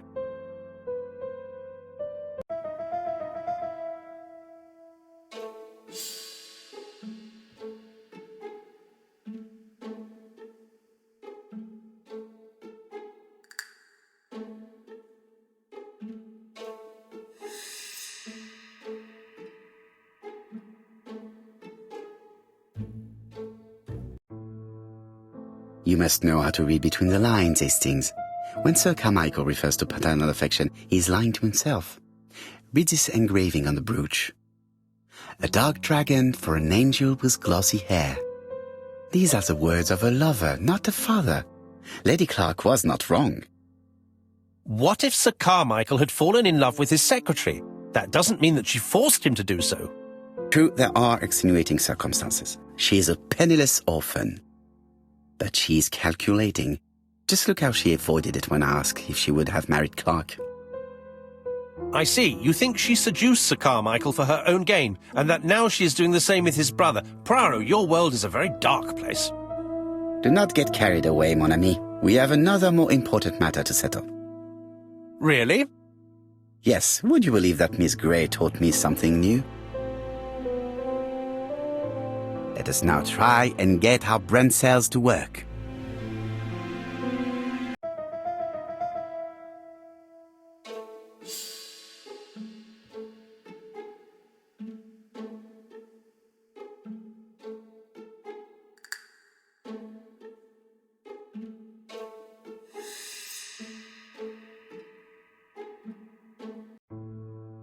It's perfectly clear, Hastings, perfectly clear. Indeed, a stocking seller visited Andover, Bexhill and Churston on the day of each murder. We have our suspect. This should be of interest to Job.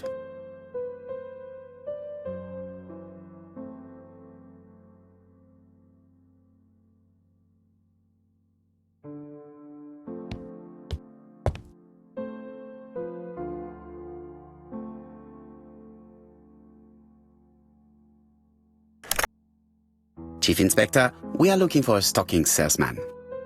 I see you have a suspect. Yes. Contact all the stocking wholesalers who may employ him. Your suspect is a salesman? No, he does not take orders. He sells door to door. Right. The hunt is on.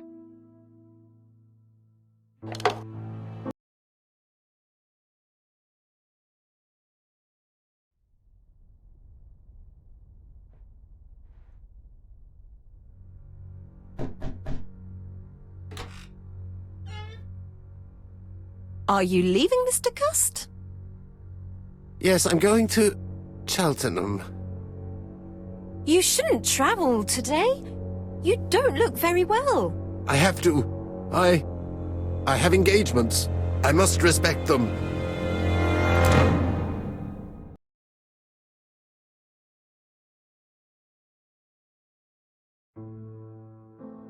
Can you get the post, Hastings? And why don't you go and get it yourself? Très bien. What's going on? I've never known Hastings to be so disagreeable.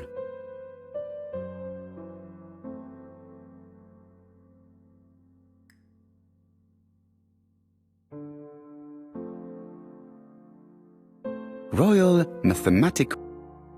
It's... Yeah. On the one hand, the ratio... After... Go to the... Daily Blad. Sometimes small things trouble... 3... This...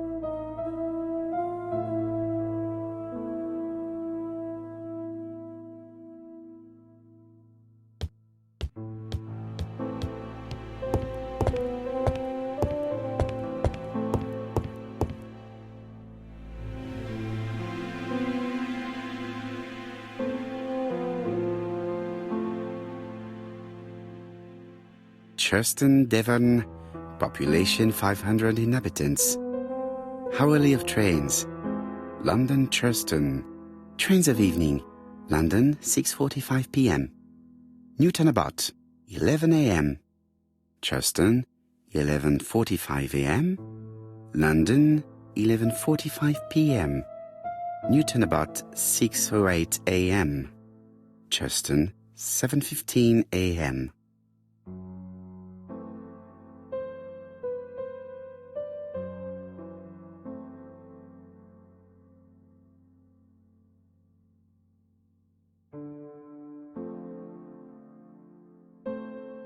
Hastings' photo album. He is very proud of his bag.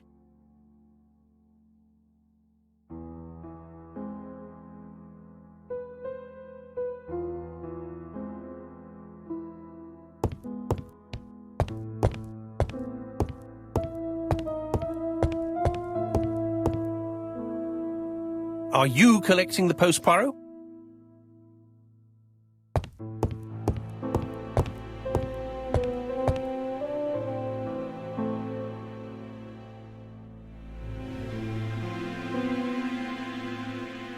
It is not the right time.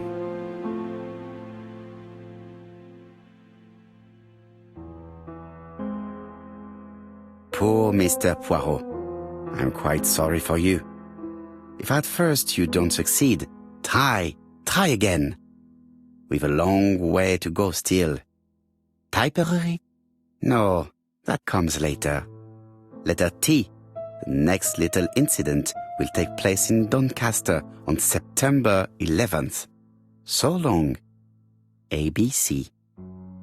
I should compare this letter with the one on my desk which I received earlier to see if it does indeed come from the same person.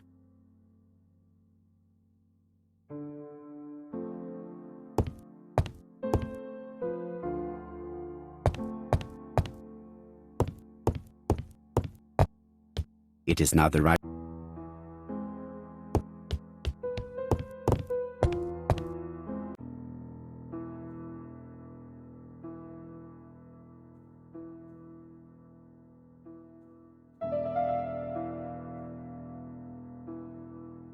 Let us examine this. Certain characters in the... Yes, the A... That's right, the A character. I have to find some other... Yes, this I... Yes, the I... I have to find...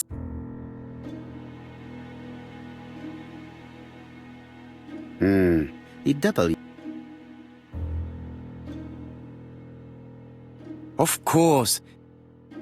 My theory was right. These two letters were written with the same typewriter. Hastings, he strikes tomorrow. Chief Inspector Japp? He's on another line. Can I take a message? Yes, please, mademoiselle. It is from Hercule Poirot. Tell him ABC strikes tomorrow in Doncaster. He must call me back. Very well, sir. Bien, now I'm going to see what I can find from these burnt documents. I've received the product I need. Hastings, if you do not mind, I would like you to take a few notes. Yes, yes.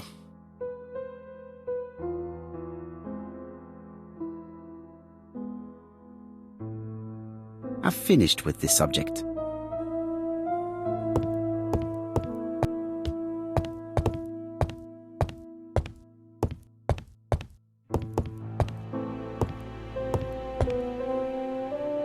Now, down to work. All of this needs putting in order a little.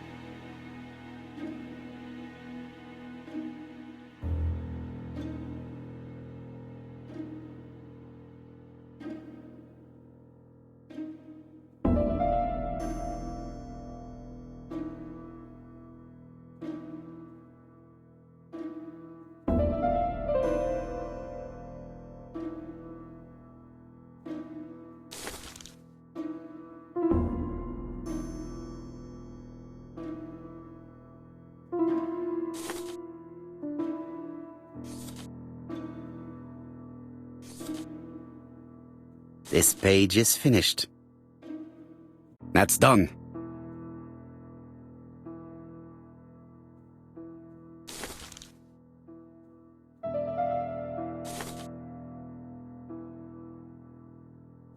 I think that this is right. This page is finished. And that's 2 done. It's easier than I thought.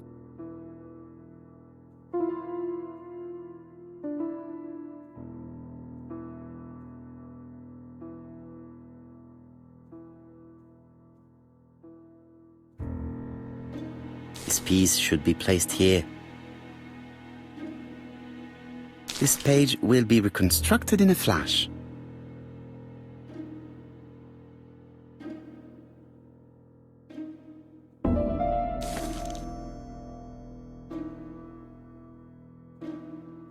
This does not look too difficult. This page is finished.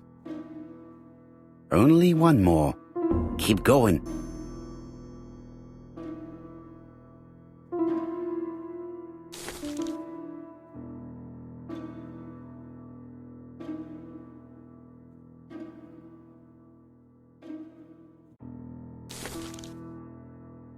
This page will be reconstructed in a flash.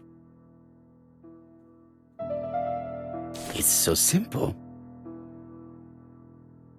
This page is finished.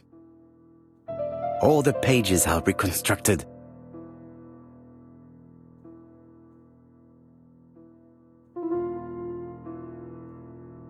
A dry cloth. A bottle of solvent.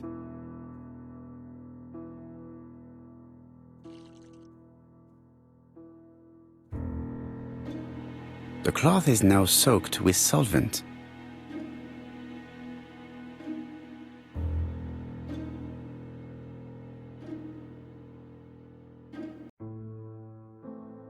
Got it! Make a note, Hastings, make a note. Mrs. Alice Asher, shop owner in Andover. Tracheitis, hemoptysis, prescribed laudanum. I got it. Look. Poirot, where on earth did you find these files? On a fire at the bottom of the garden at Campside. All right, but where did the person who burned them find them?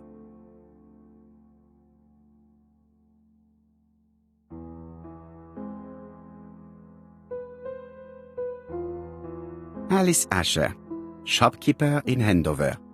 Tracheitis, hemoptysis, chronic cough with loss of blood. Prescribed laudanum-based cough medicine. Betty Barnard, waitress in Bexhill. Chronic bronchitis causing dysphonia. Advised to stop smoking. Alexander Bonaparte Cust. War wounded, mustard gas and head trauma. Pulmonary emphysema. Hemoptysis. Coughing fits with blood. Suffers from absences and amnesia. Dick Dudley Dunbar, owner of the Black Swan Hotel in Doncaster. Asthmatic, heart disease, heart condition. Let us now try and get our brain cells to work.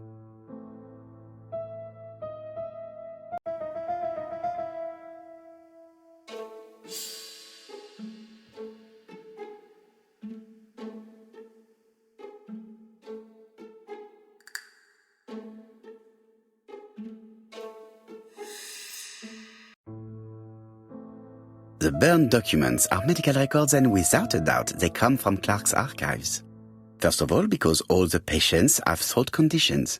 And secondly, their name starts with either A, B, C or D, and it is precisely the files that match these letters that have been tampered with.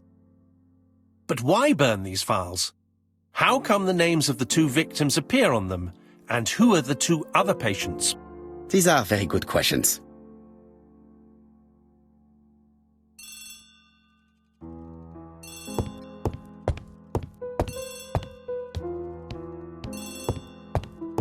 I've finished. Hello, Poirot? Any news, Chief Inspector? You wanted a stocking seller? We have one. Reported by his landlady who thought he was behaving suspiciously. He has the most unbelievable name. Alexander Bonaparte Cust. Yes, Alexander Bonaparte Cust. How did you guess? Poirot, you have magical powers. It's a serious lead. I called Doncaster. A person matching Cuss' description has been seen at the station. He got off the train from London, but after that, nobody knows where he went.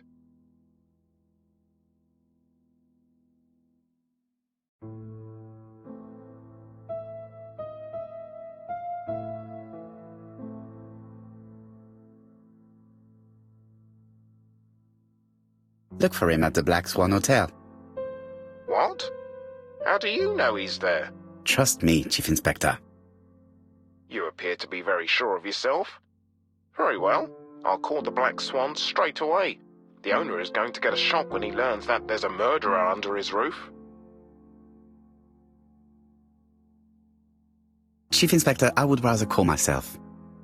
As you wish. Please go ahead. Hello, the Black Swan. Hercule Poirot here. May I speak to the owner? Speaking. Dick Dudley Dunbar. How can I help you? Is there Mr. Cust among your guests? He arrived today. Shall I call him for you?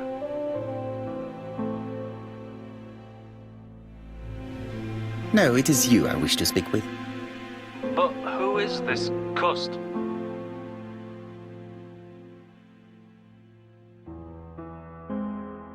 A crook. A crook? He seems such a decent chap. Do you think that Cust might be dangerous? Oh, I do hope you're wrong. He seems so harmless, you know. Oh, yes, completely harmless. We must not overestimate the danger. After all, we are not absolutely sure he is guilty. What should I do? Watch him. If he leaves the hotel, watch where he is heading. I'll call the police in Doncaster immediately. When they arrive, keep out of the way. Oh, indeed. I shall keep out of the way. I have a bad heart, you see, and a big shot could kill me. Thank you for having warned me. Hello, Poirot. We have some good news. The police in Doncaster have caught our man at the Black Swan Hotel. They're sending him here by train. While we're waiting to question Cust, we could search his room in London. Where does he live? The Marbury Guest House. I'll see you there. Yes, but start without me. First of all, I have to sort out a few details for Cust's transfer. I understand. À bientôt. Hastings, we are making good progress. Please go and search the room of our #1 suspect. With pleasure. I did have a dentist appointment, but I'll cancel. The dentist. So that is why you were so nervous and bad-tempered. A visit to the dentist is never an enjoyable prospect. But an unavoidable one. Go to your appointment, Hastings. I will manage on my own.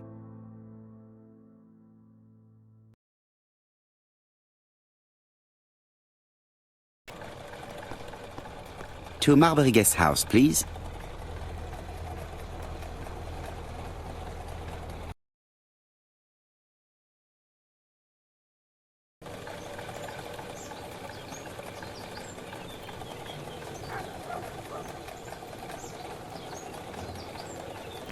I've been going past this modest guest house for so long.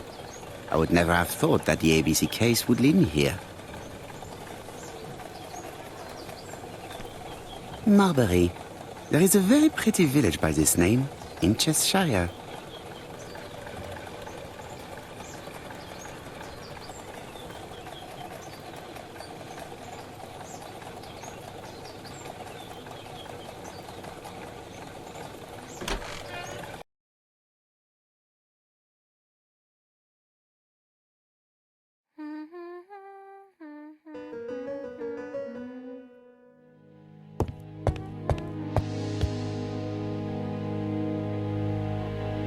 How do you do? You must be Mr. Hercule Poirot. Chief Inspector Jupp told me that you might be coming.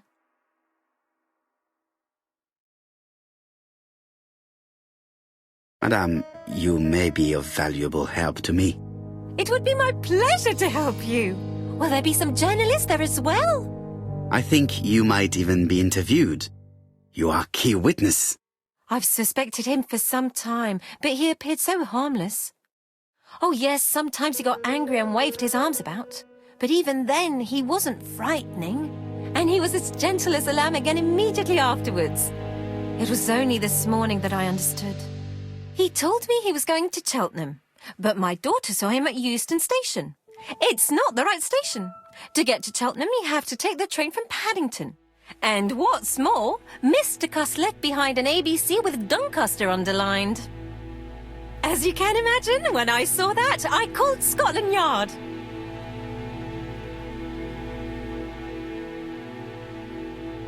Well done. You were right. He did go to Doncaster. So I was right to warn the police. Tell me, did you have any other reason to suspect Mr. Cust? Well, he's odd.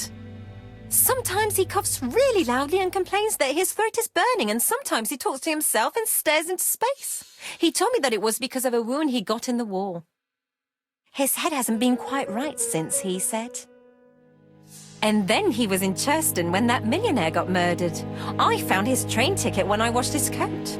He didn't want me to wash his shirt. He washed it himself. But I did see big brown stains on it. Do you think it was blood? Well, when I saw them, I thought, look, he spilled his wine or his soup all over himself. But now that I think about it, well, they did look like blood. Cust used to travel for his work. Is that correct? Oh, it wasn't for pleasure. He was always unwell on trains. But he had to sell his stockings around England. I have to respect my engagements, he used to say.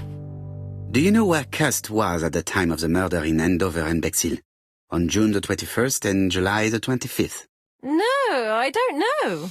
That was a while ago, you know. But surely you keep a register. It won't do you much good. Mr. Cuss rents his room for the year. If he goes away for a few days, I have no reason to make a note of it. Ah, I remember one thing. Bexhill's by the sea, right? Indeed, it is a large seaside resort. Well, as it happens, at the start of July, Mr. Cust asked me to repair his bathing dress. Suspicious, huh? Very interesting. Please continue. I also forgot to say that he started buying newspapers that talked about the case.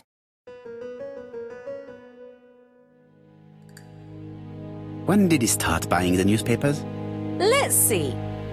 I think it was just after the millionaire's murder in Churston. He didn't seem all that interested before that. That will be all for now. I'm going to take a look at his room. Take the key on the counter.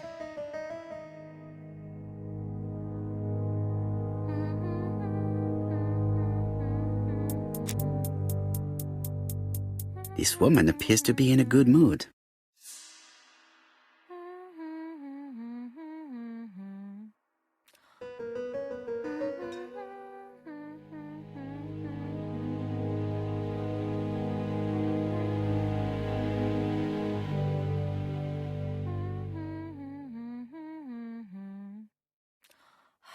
I really would like to help, but I think I've said all I have to say.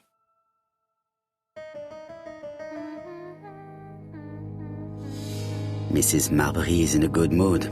She is working very precisely in producing incredibly thin peel.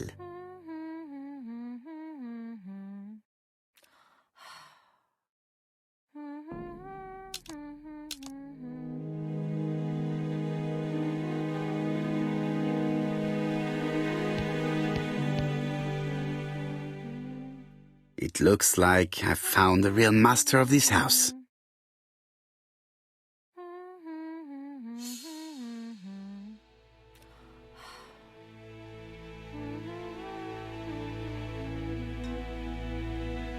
There is no need to worry about the household cat. I'm sure that Mrs. Marbury lets it do what it pleases.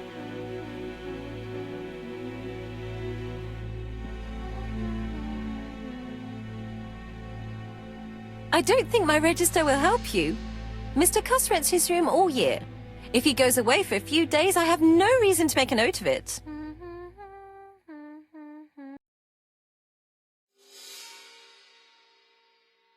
The truth is becoming apparent. and I have something to say to Mrs. Marbury.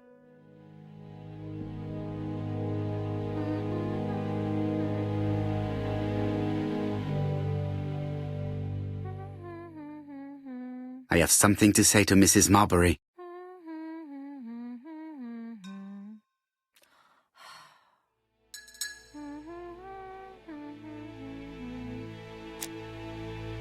Mrs. Marbury, if I am to believe the register, you rented room 306 to a certain Mr. Fishman on the day of the Bexhill murder. Room 306 is Cust's room. Can you explain yourself? Yes, I remember. Just for one night as a favour. Mr. Cust was away, all my other rooms were taken, and poor Mr. Fishman had nowhere to go.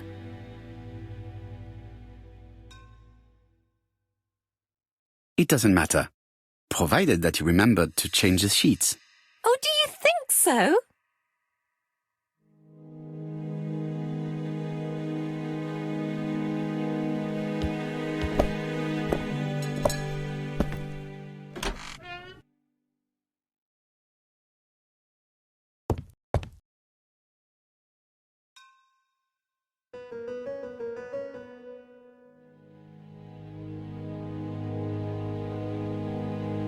Trousers, white shirts. Everything has been washed very well. The Bexhill Daily paper, dated from the day of the Bexhill murder. Most probably the bathing dress repaired by Mrs. Marbury's expert hands. All the main articles referring to the ABC case are here, from the Churston murder onwards. Nothing before that date.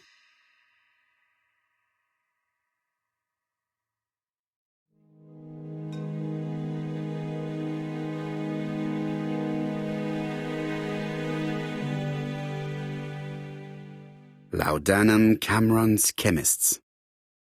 Laudanum, a medicine for coughs. It is what Dr. Clarke prescribed for Mrs. Asher. This subject would probably be useful to me.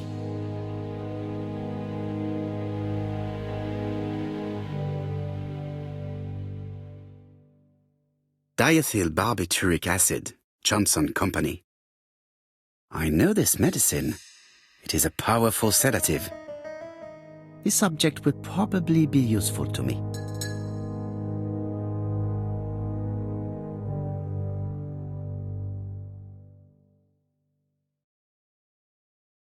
How awful. This place is a real mess.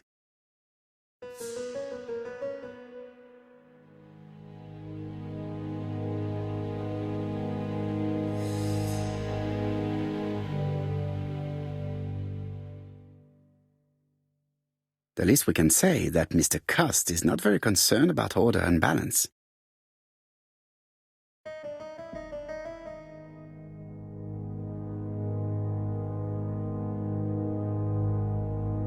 This dark stain. It could be blood, but goodness knows how long it has been there.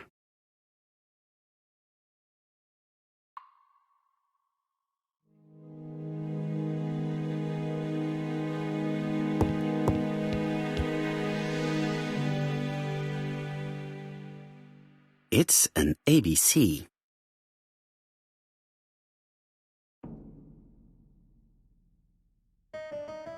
A long-bladed knife. A murderer's weapon. This subject would probably be useful to me.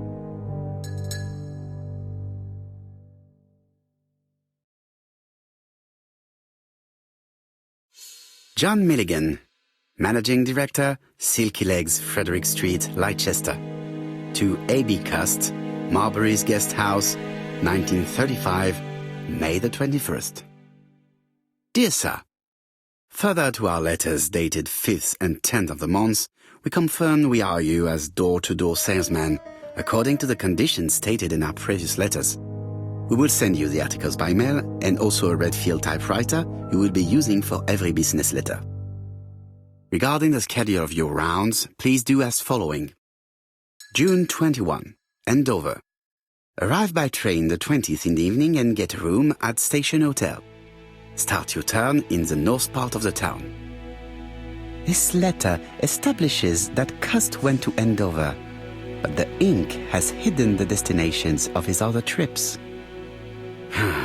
I know from Mrs. Marbury that he went to Churston. I just have to show that he went to Bexhill, and I will have proved that he was present at all the crime scenes.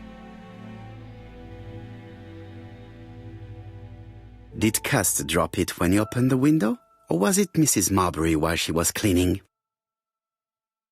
Cust is parsimonious. He keeps his pencils and sharpens them until there is nothing left. It is clear that he did not grow up in luxury. I have to get the ribbon. How am I going to do it?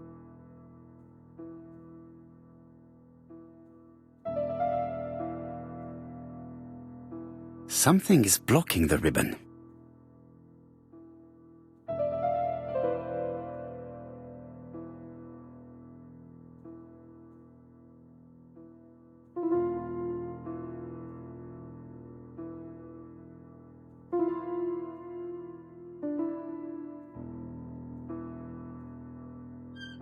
The left-hand heel has been removed.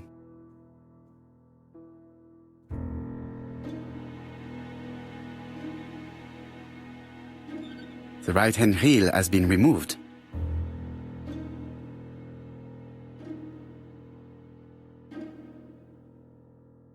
Something is blocking.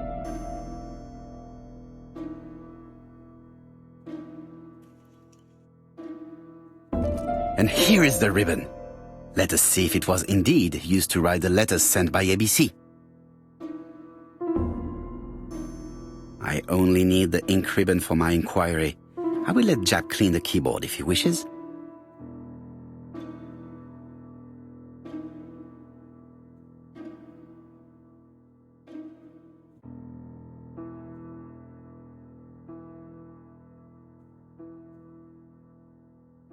All the letters announcing the murders were written on Cust's typewriter.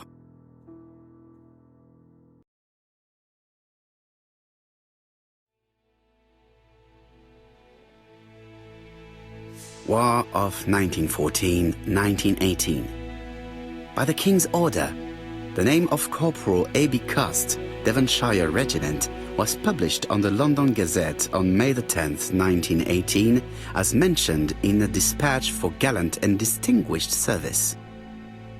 An army dispatch, wounded on the Somme front, victim of a gas attack, Corporal Cust greatly deserves his distinction.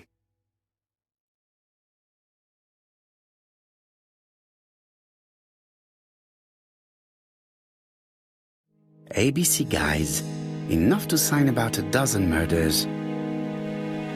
It's closed.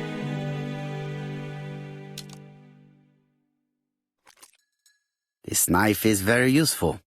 Who knows, maybe it never cut anything other than string. Stockings. Let us now try and get our brain cells to work.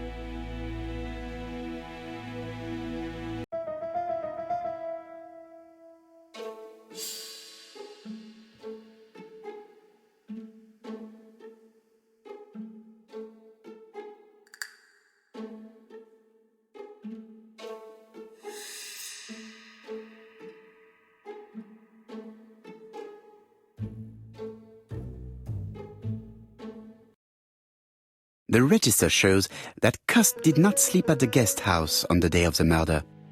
Where was he? Bexhill. The Bexhill paper reveals it. Cust bought this newspaper in Bexhill on July the 25th. No use continuing the inspection of this room. I've seen all there is to see.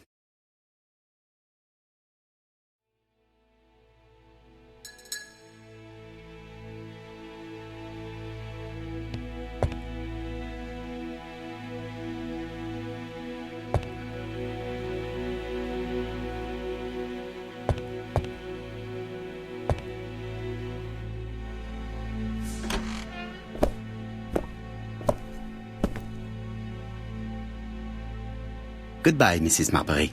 Thank you for your help. Bye. Ah, Chief Inspector. I was about to leave. Good evening, Chief Inspector. Welcome. Please excuse me, I must go to the kitchen. I'll leave the key of Mr. Cust on the counter. I'm sorry I'm late. I've spent ages with the Doncaster police. And you? I have established one fact. On 3 occasions, Cust was at the scene on the day of the crimes.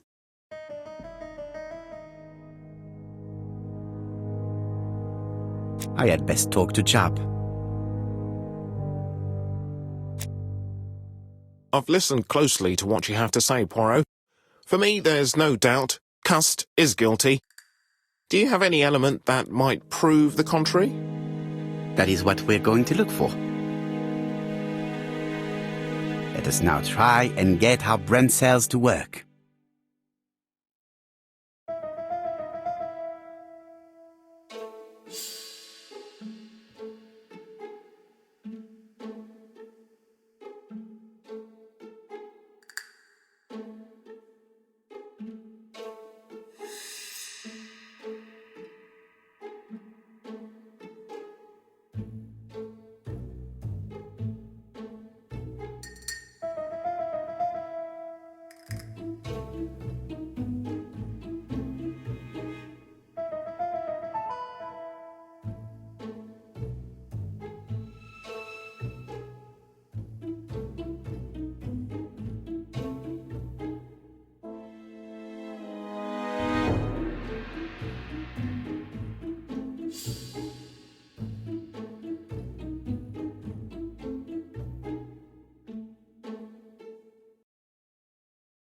The evidence against Cust is overwhelming. His presence at the scenes, the knife, the blood-stained shirt, the ABCs in a box.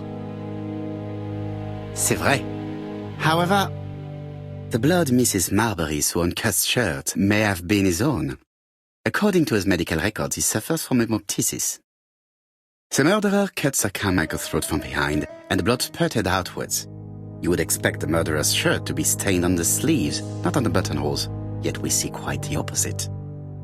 You would expect the murderer to keep the newspaper articles about his crimes. But Cust's collection starts in Cheston, as if it discovered the case rather late. I agree it's troubling, but it doesn't change my mind. There's small details that we should be able to clear up by questioning Cust. When can we talk to him? Doncaster is sending him to us on the first train. Are they questioning him already? He says he can't remember a thing. It's plausible. Doctors say he suffers from absences and amnesia. Mrs. Marbury has confirmed this. He may have done the murders in an altered state. A familiar situation. It's not enough to clear his name. Dr. Thompson insisted that even if you don't know what you're doing, you never commit a murder without wanting to. Très intéressant. I shall remember that. Right. I'll go and examine the suspect's room. Chief Inspector, I took the liberty of removing a few clues to examinatum.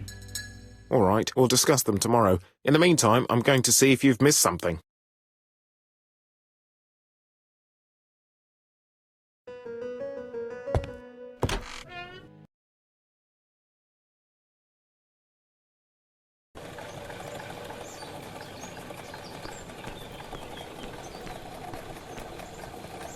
To Scotland Yard, please.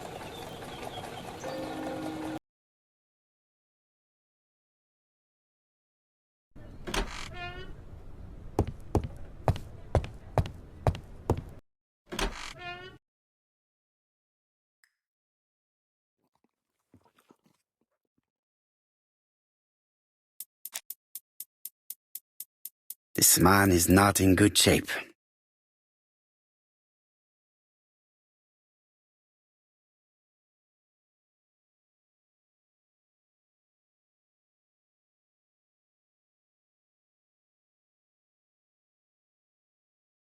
He is worried and very tired, and other police have been hard on him.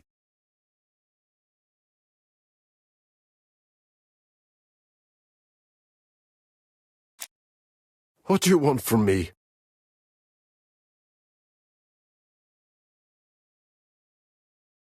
Good day, Mr. Cust.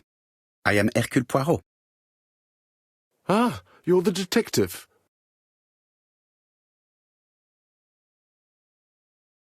Why did you send me a letter before each crime? Why all these questions? When are you going to stop pestering me? Très bien. You did not hide these letters. But the question remains, who did? Probably one of my enemies. I have many.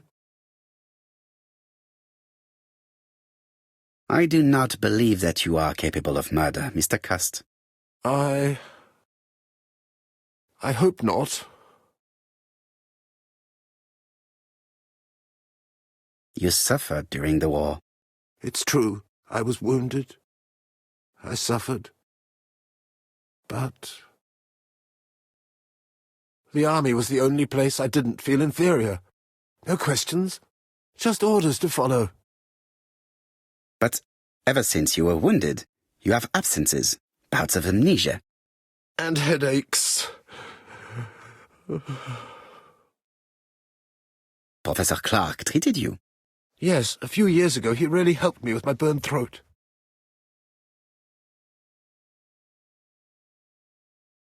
Of course, you never considered killing a doctor who took such good care of you.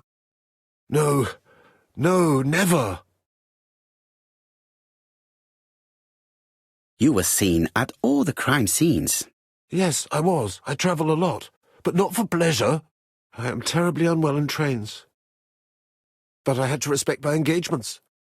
My employer gave me very precise written instructions about the towns I had to visit. Let's see. The company you claim to work for, Silky Legs, has never heard of you. And as for these letters they sent you, they were written on your own typewriter. The company sent me the typewriter when I started working for them. Yes, but the letters were received afterwards. So it would appear that you typed them before sending them to yourself. I don't remember. Good God! I don't know what's happening to me. My head hurts terribly.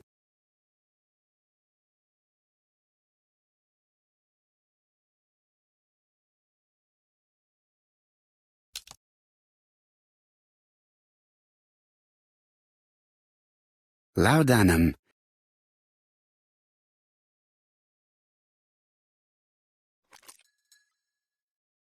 Take this. It will help you.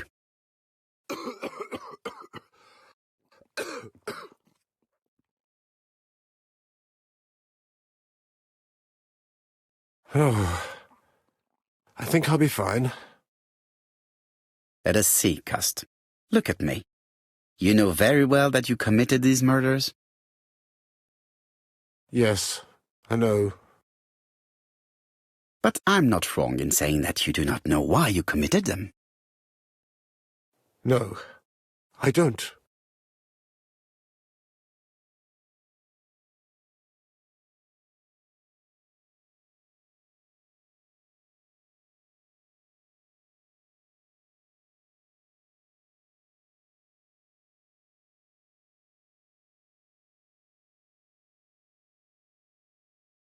Let us leave Cust alone. He's at the end of his tether. And what conclusions have you drawn? Plenty. It might help us to understand him a little better. Let us now try and get our brain cells to work.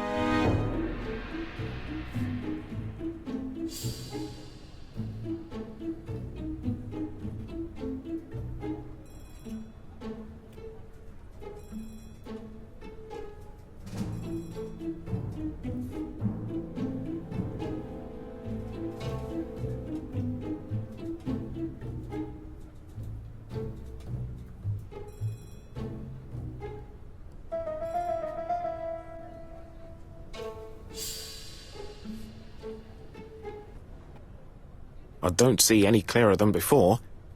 This is worse. There is one point to highlight. C'est curieux. Cust admits that he killed, but he does not know why. What did Dr. Thompson say? Even if Cust killed while in an altered state, it still must have been his deepest desire. He must have had a motive. Let's keep it simple. Never mind his motive. He confessed. But you see, he can confess to anything and everything. He denied the murders and then confessed to them.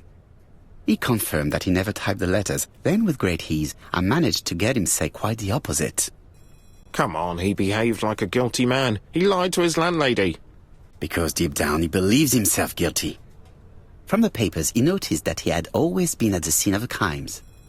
He must think that he killed and then simply forgot what he had done.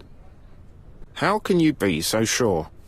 Let us look at his psychological profile. You will understand my point of view. Let us now try and get our brain cells to work.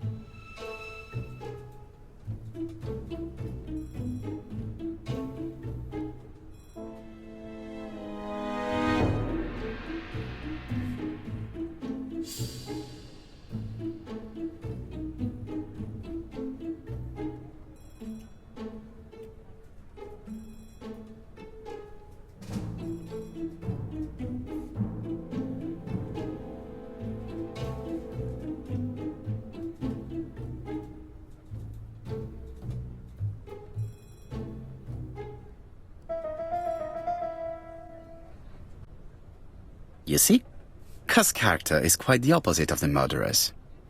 But if he's a madman, can we really talk about his character? You know very well that our murderer does not behave like a psychopath. Apart from the signature, there is no ritual repetition in the choice of victims. Very well, you're right as always. So we have no confession, no culprit, no suspects, nothing. And all that after 2 months of inquiry? What should I do? Have faith. Just give me 24 hours.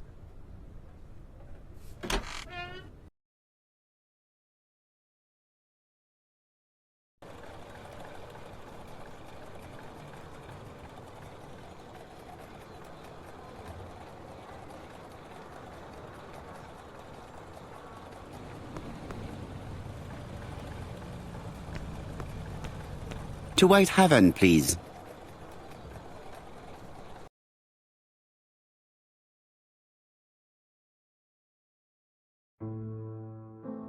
Cust's arrest is a great success for you, Poirot.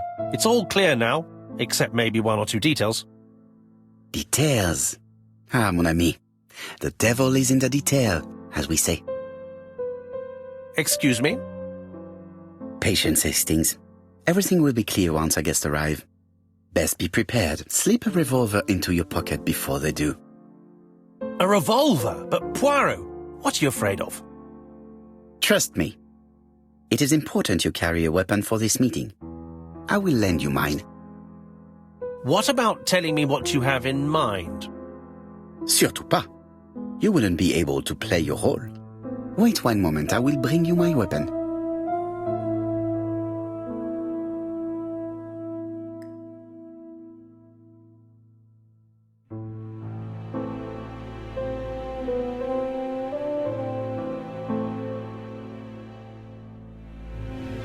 Churston, Devon, population.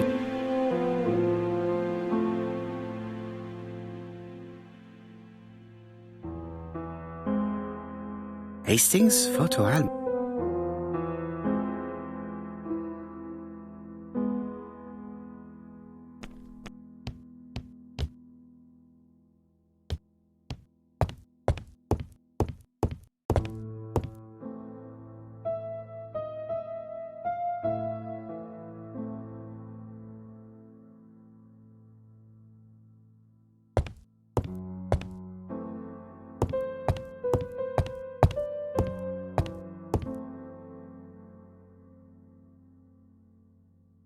Daily Flicker, September the 11th, 1935. ABC Affair, Terminus Doncaster, Japp and Poirot arrest the killer. A.B. Cust is the name of the alphabet murderer. The police have arrested him in a hotel in Doncaster. He was preparing to kill his fourth victim, Mr. Dick Dudley Dunbar, the establishment's manager. Mr. Dunbar owes his life to the miraculous intervention of Inspector Japp of Scotland Yard and Detective Hercule Poirot. The Lancet, September 11th, 1935. General Medical Journal. The alphabet murderer is not psychotic, according to Professor Thompson. In an early issue, we claimed that the alphabet murderer was not psychotic. Our assertion has just been confirmed by Professor Thompson, a Scotland Yard expert, who has spoken to the prisoner at great length. Not all obsessional killers are psychotic, he explained. It is true that Cust has a disturbed personality and memory disorders. But his amnesia, whether real or pretended, does not alter the fact that he was perfectly lucid at the time of his acts. Therefore, he will not escape punishment.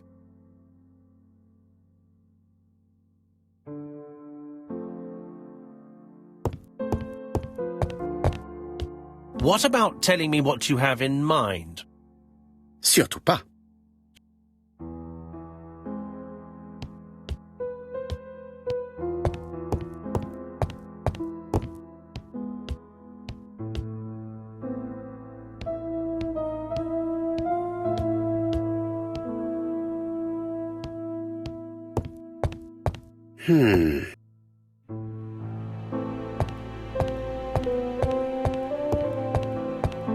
The white ammunition are blank cartridges.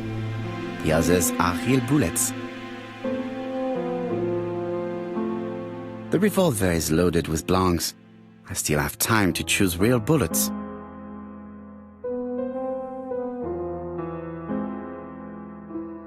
The revolver is loaded with blanks. I still have time to choose real bullets.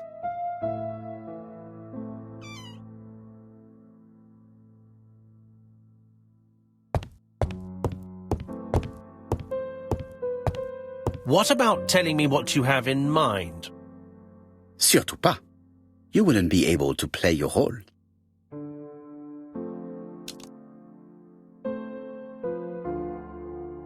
My revolver is loaded. I now have to give it to Hastings.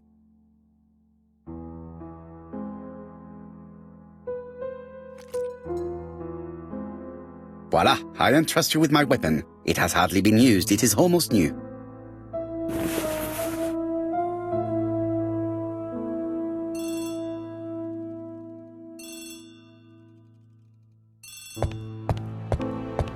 You're not answering.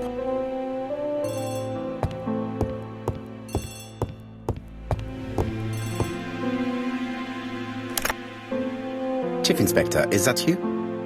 Yes. Sorry, but we haven't found anything. Have you checked the typewriter? And the packaging, the letter, and the ribbon reel. We've only found prints left by Cust and his landlady. Well, never mind, I shall make do. So, are you still going to hold your meeting? Of course, Chief Inspector. I can hear my guest coming up the stairs. Why have you brought us here, Mr. Poirot? Since Cust's arrest, I thought it was all done and dusted. Miss Gray formally identified him, as well as Miss Barnard. Yes, and the stockings he saw are of the same brand as the ones found at my aunt's. This is all true. However, a case is not closed if some questions remain open. And one question is, why did the murderer send me his letters? Why did he challenge me, Hercule Poirot? Perhaps he wanted to play with you, to taunt you. Xenophobia? Maybe he didn't like you because you're foreign. I may be wrong, but maybe by provoking you he was looking for glory? All these theories should be studied. Let Let us now try and get our brain cells to work.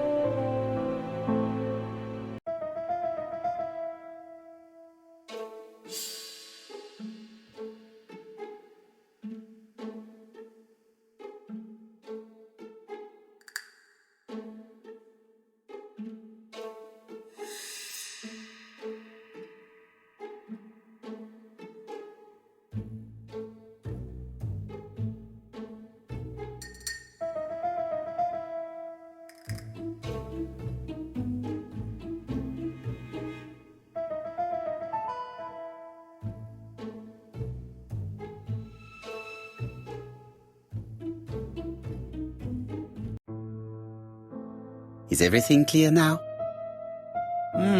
You might like to explain your reasoning again. Of course. First of all, remember that the murderer made it a rule to always post his letter before the murder. He never digressed from that rule. However, in Churston, he encountered a problem. The village has only 500 inhabitants. With advance warning, it would be easy to arrest him. Therefore, the murderer delayed his letters deliberately with the wrong address. The plan wouldn't have worked if he'd sent it to Scotland Yard or the papers because everybody knows their addresses. The mistake would have been corrected and the letter would have been on time. That is why the murderer chose me as the recipient. Because for his plan to succeed, it was necessary for at least one of the letters to have a wrong address and get lost. It was very cunning. Absolument. It is a very subtle plan. It matches the profile we have drawn up of him perfectly. That of an intelligent, daring and calculating murderer. But that's not how you describe Cust. You are quite right, mademoiselle. Like you, I find it hard to believe that this dull character is the clever murderer we are looking for. Do madmen... I mean, if he's mad, he might have two very different sides. No doubt. But the murderer is not mad. All the specialists agree that he does not have the profile of the psychopath. But if Cust is not guilty, how do you explain his presence at the scene of the crimes? Mr. Clarke, the answer to your question is in the medical records of your brother's patients. Documents which Cust most certainly did not have access to. Let us now try and get our brain cells to work.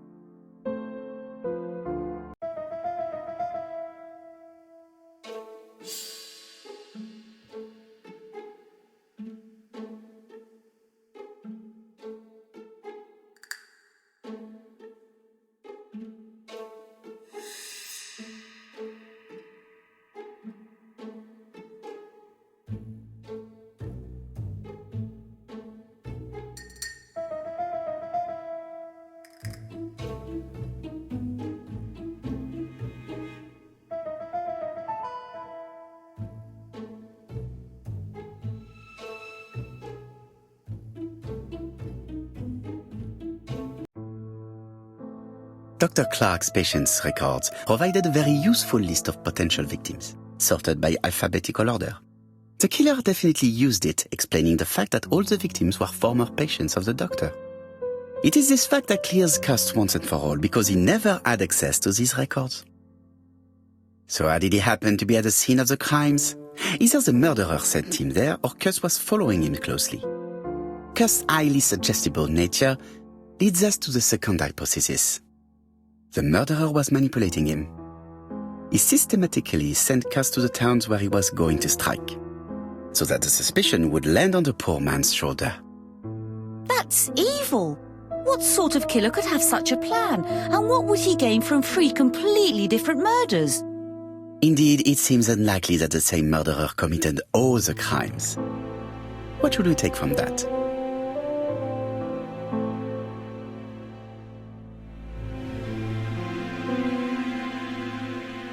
Just one murder was of benefit to the murderer. The others were just diversions. On reflection, there is only one conclusion.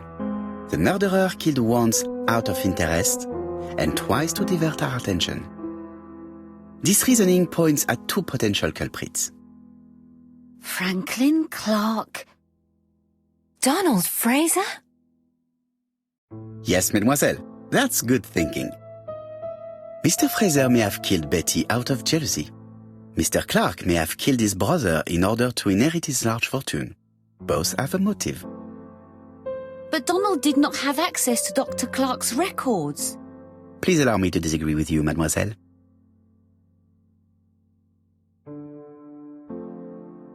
He works for Court and Brunskill, one of whose clients was Sir Carmichael. It doesn't prove that I went to Comeside. You could have done it, and you may have used the opportunity to take a look at Sir Carmichael's records. You think I'm guilty? You or Mr. Franklin Clarke? That's ridiculous. Both of you have a motive. The question is, which of you has the profile that most resembles the murderer? Let us now try and get our brain cells to work.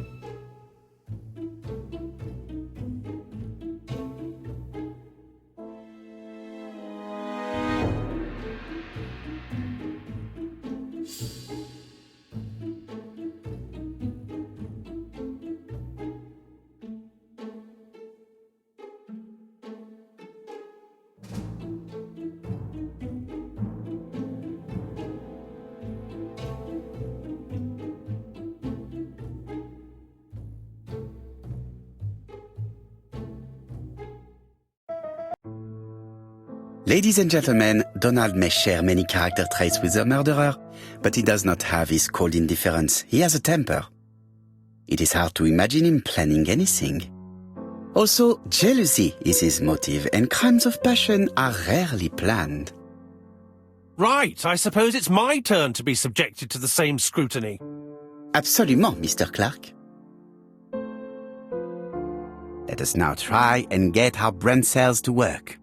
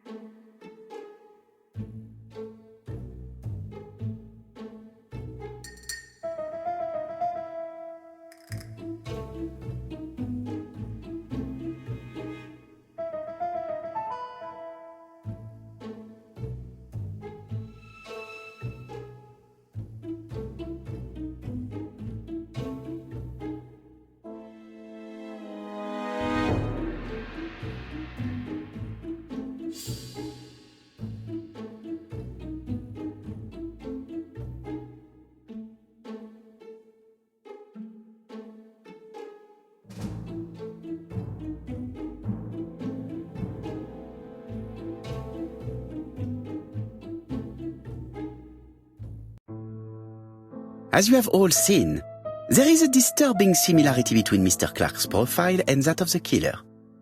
In actual fact, it is exactly the same. Mr. Poirot, your psychological studies are interesting, but your conclusions do not add up. Why would I have wished my brother's death? The inheritance is lawfully mine. I just have to wait. No, you had to act quickly.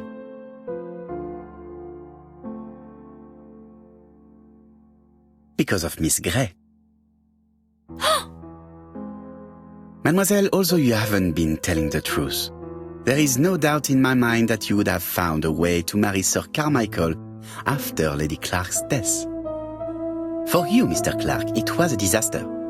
If Miss Grey had children by your brother, you would not have inherited a thing. You realized the danger after reading several letters from Comeside, especially one in which your brother opened his heart to you. So you hurried home from China, and you took action. In truth, Cust was no more than a puppet manipulated by the real culprit. You, Mr. Clarke. Such an imagination, Mr. Poirot. In fact, nobody manipulated Cust. The famous instructions he received by post. He wrote them on the typewriter. We know that for sure. Oh, no. You know perfectly well. That is not true. Eh bien, voilà. Light has now been shed on the ABC murders. Your theories are ingenious, but you haven't any proof. 1 point to him. For the moment, I have no material proof. Either I admit to it, or I bluff.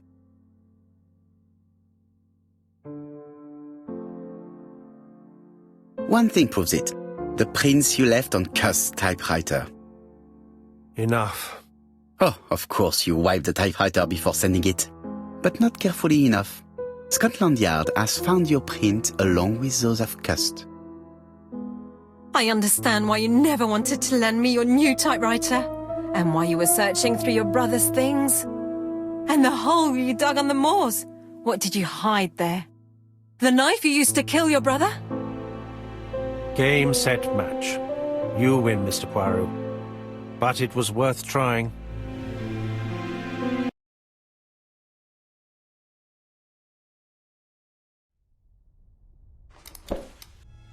Don't come near me!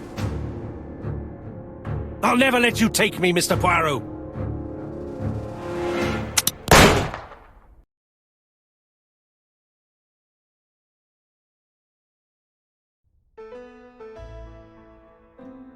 I'm sorry, Mr. Clarke, there is no easy death for you. I expected your reaction, so I used blanks. I'm sorry, mademoiselle, but your second chance has been lost. Franklin Clarke will never inherit his brother's fortune.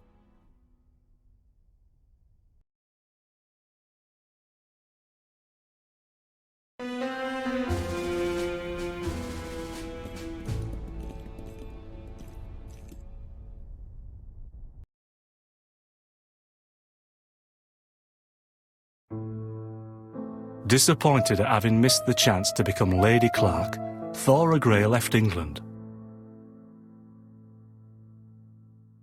Donald Fraser and Megan Barnard married.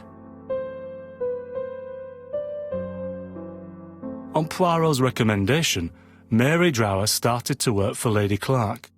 The elderly lady's condition suddenly took a turn for the better. And a few months later, to Dr. Logan's great surprise, she was back on her feet again.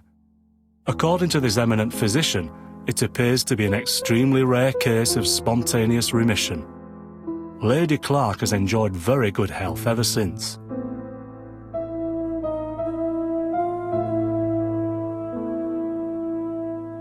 Journal of an Innocent, the incredible story of ABC. As for A.B. Cust, after being advised by Poirot, he made a great deal of money by selling his story to the press. And as for me, and with business booming, the Black Swan has become the #1 tourist attraction in the whole of Yorkshire, even more popular than York Minster.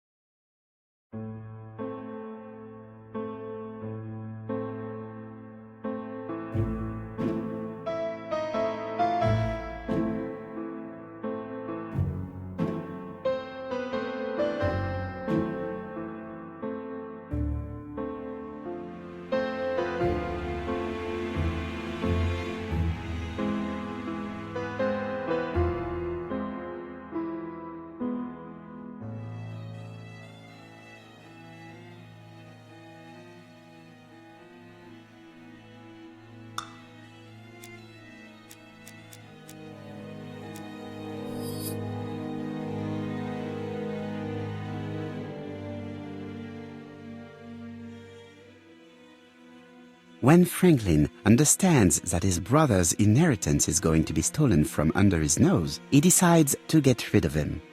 In order not to be considered as a suspect, he has the idea of including the murder as part of a series that the police would put down to a madman. Franklin uses Sir Carmichael's medical records to choose his victims as well as the ideal suspect, Alexander Bonaparte Cust, who was seriously wounded in the war and suffers from bouts of amnesia. Franklin writes the letters he will send me before each murder on his own typewriter in advance. He contacts Cust by letter and offers him a job. Cust is convinced that he is working for a hosiery company.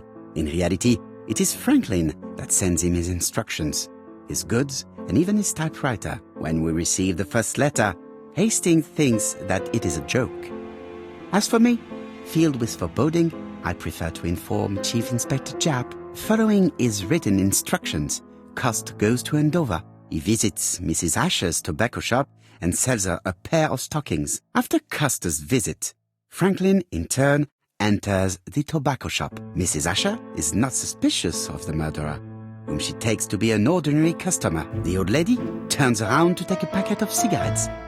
She is beaten to death. We investigate the first murder with Hastings. No suspect has a motive. A few weeks later, we receive a second letter signed ABC.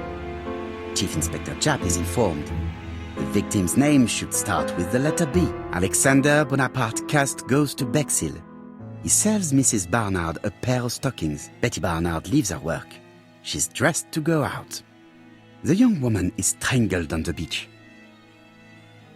Betty was killed by the man who had arranged to meet her that evening, the seducer Franklin Clarke. In Bexhill, Donald Fraser appears to be the perfect suspect for Betty's murder, but he has no connection with Mrs. Asher. 5 days after the Bexhill murder, Cust goes to Churston for his work. In the afternoon, Thora Grey turns away a stocking seller.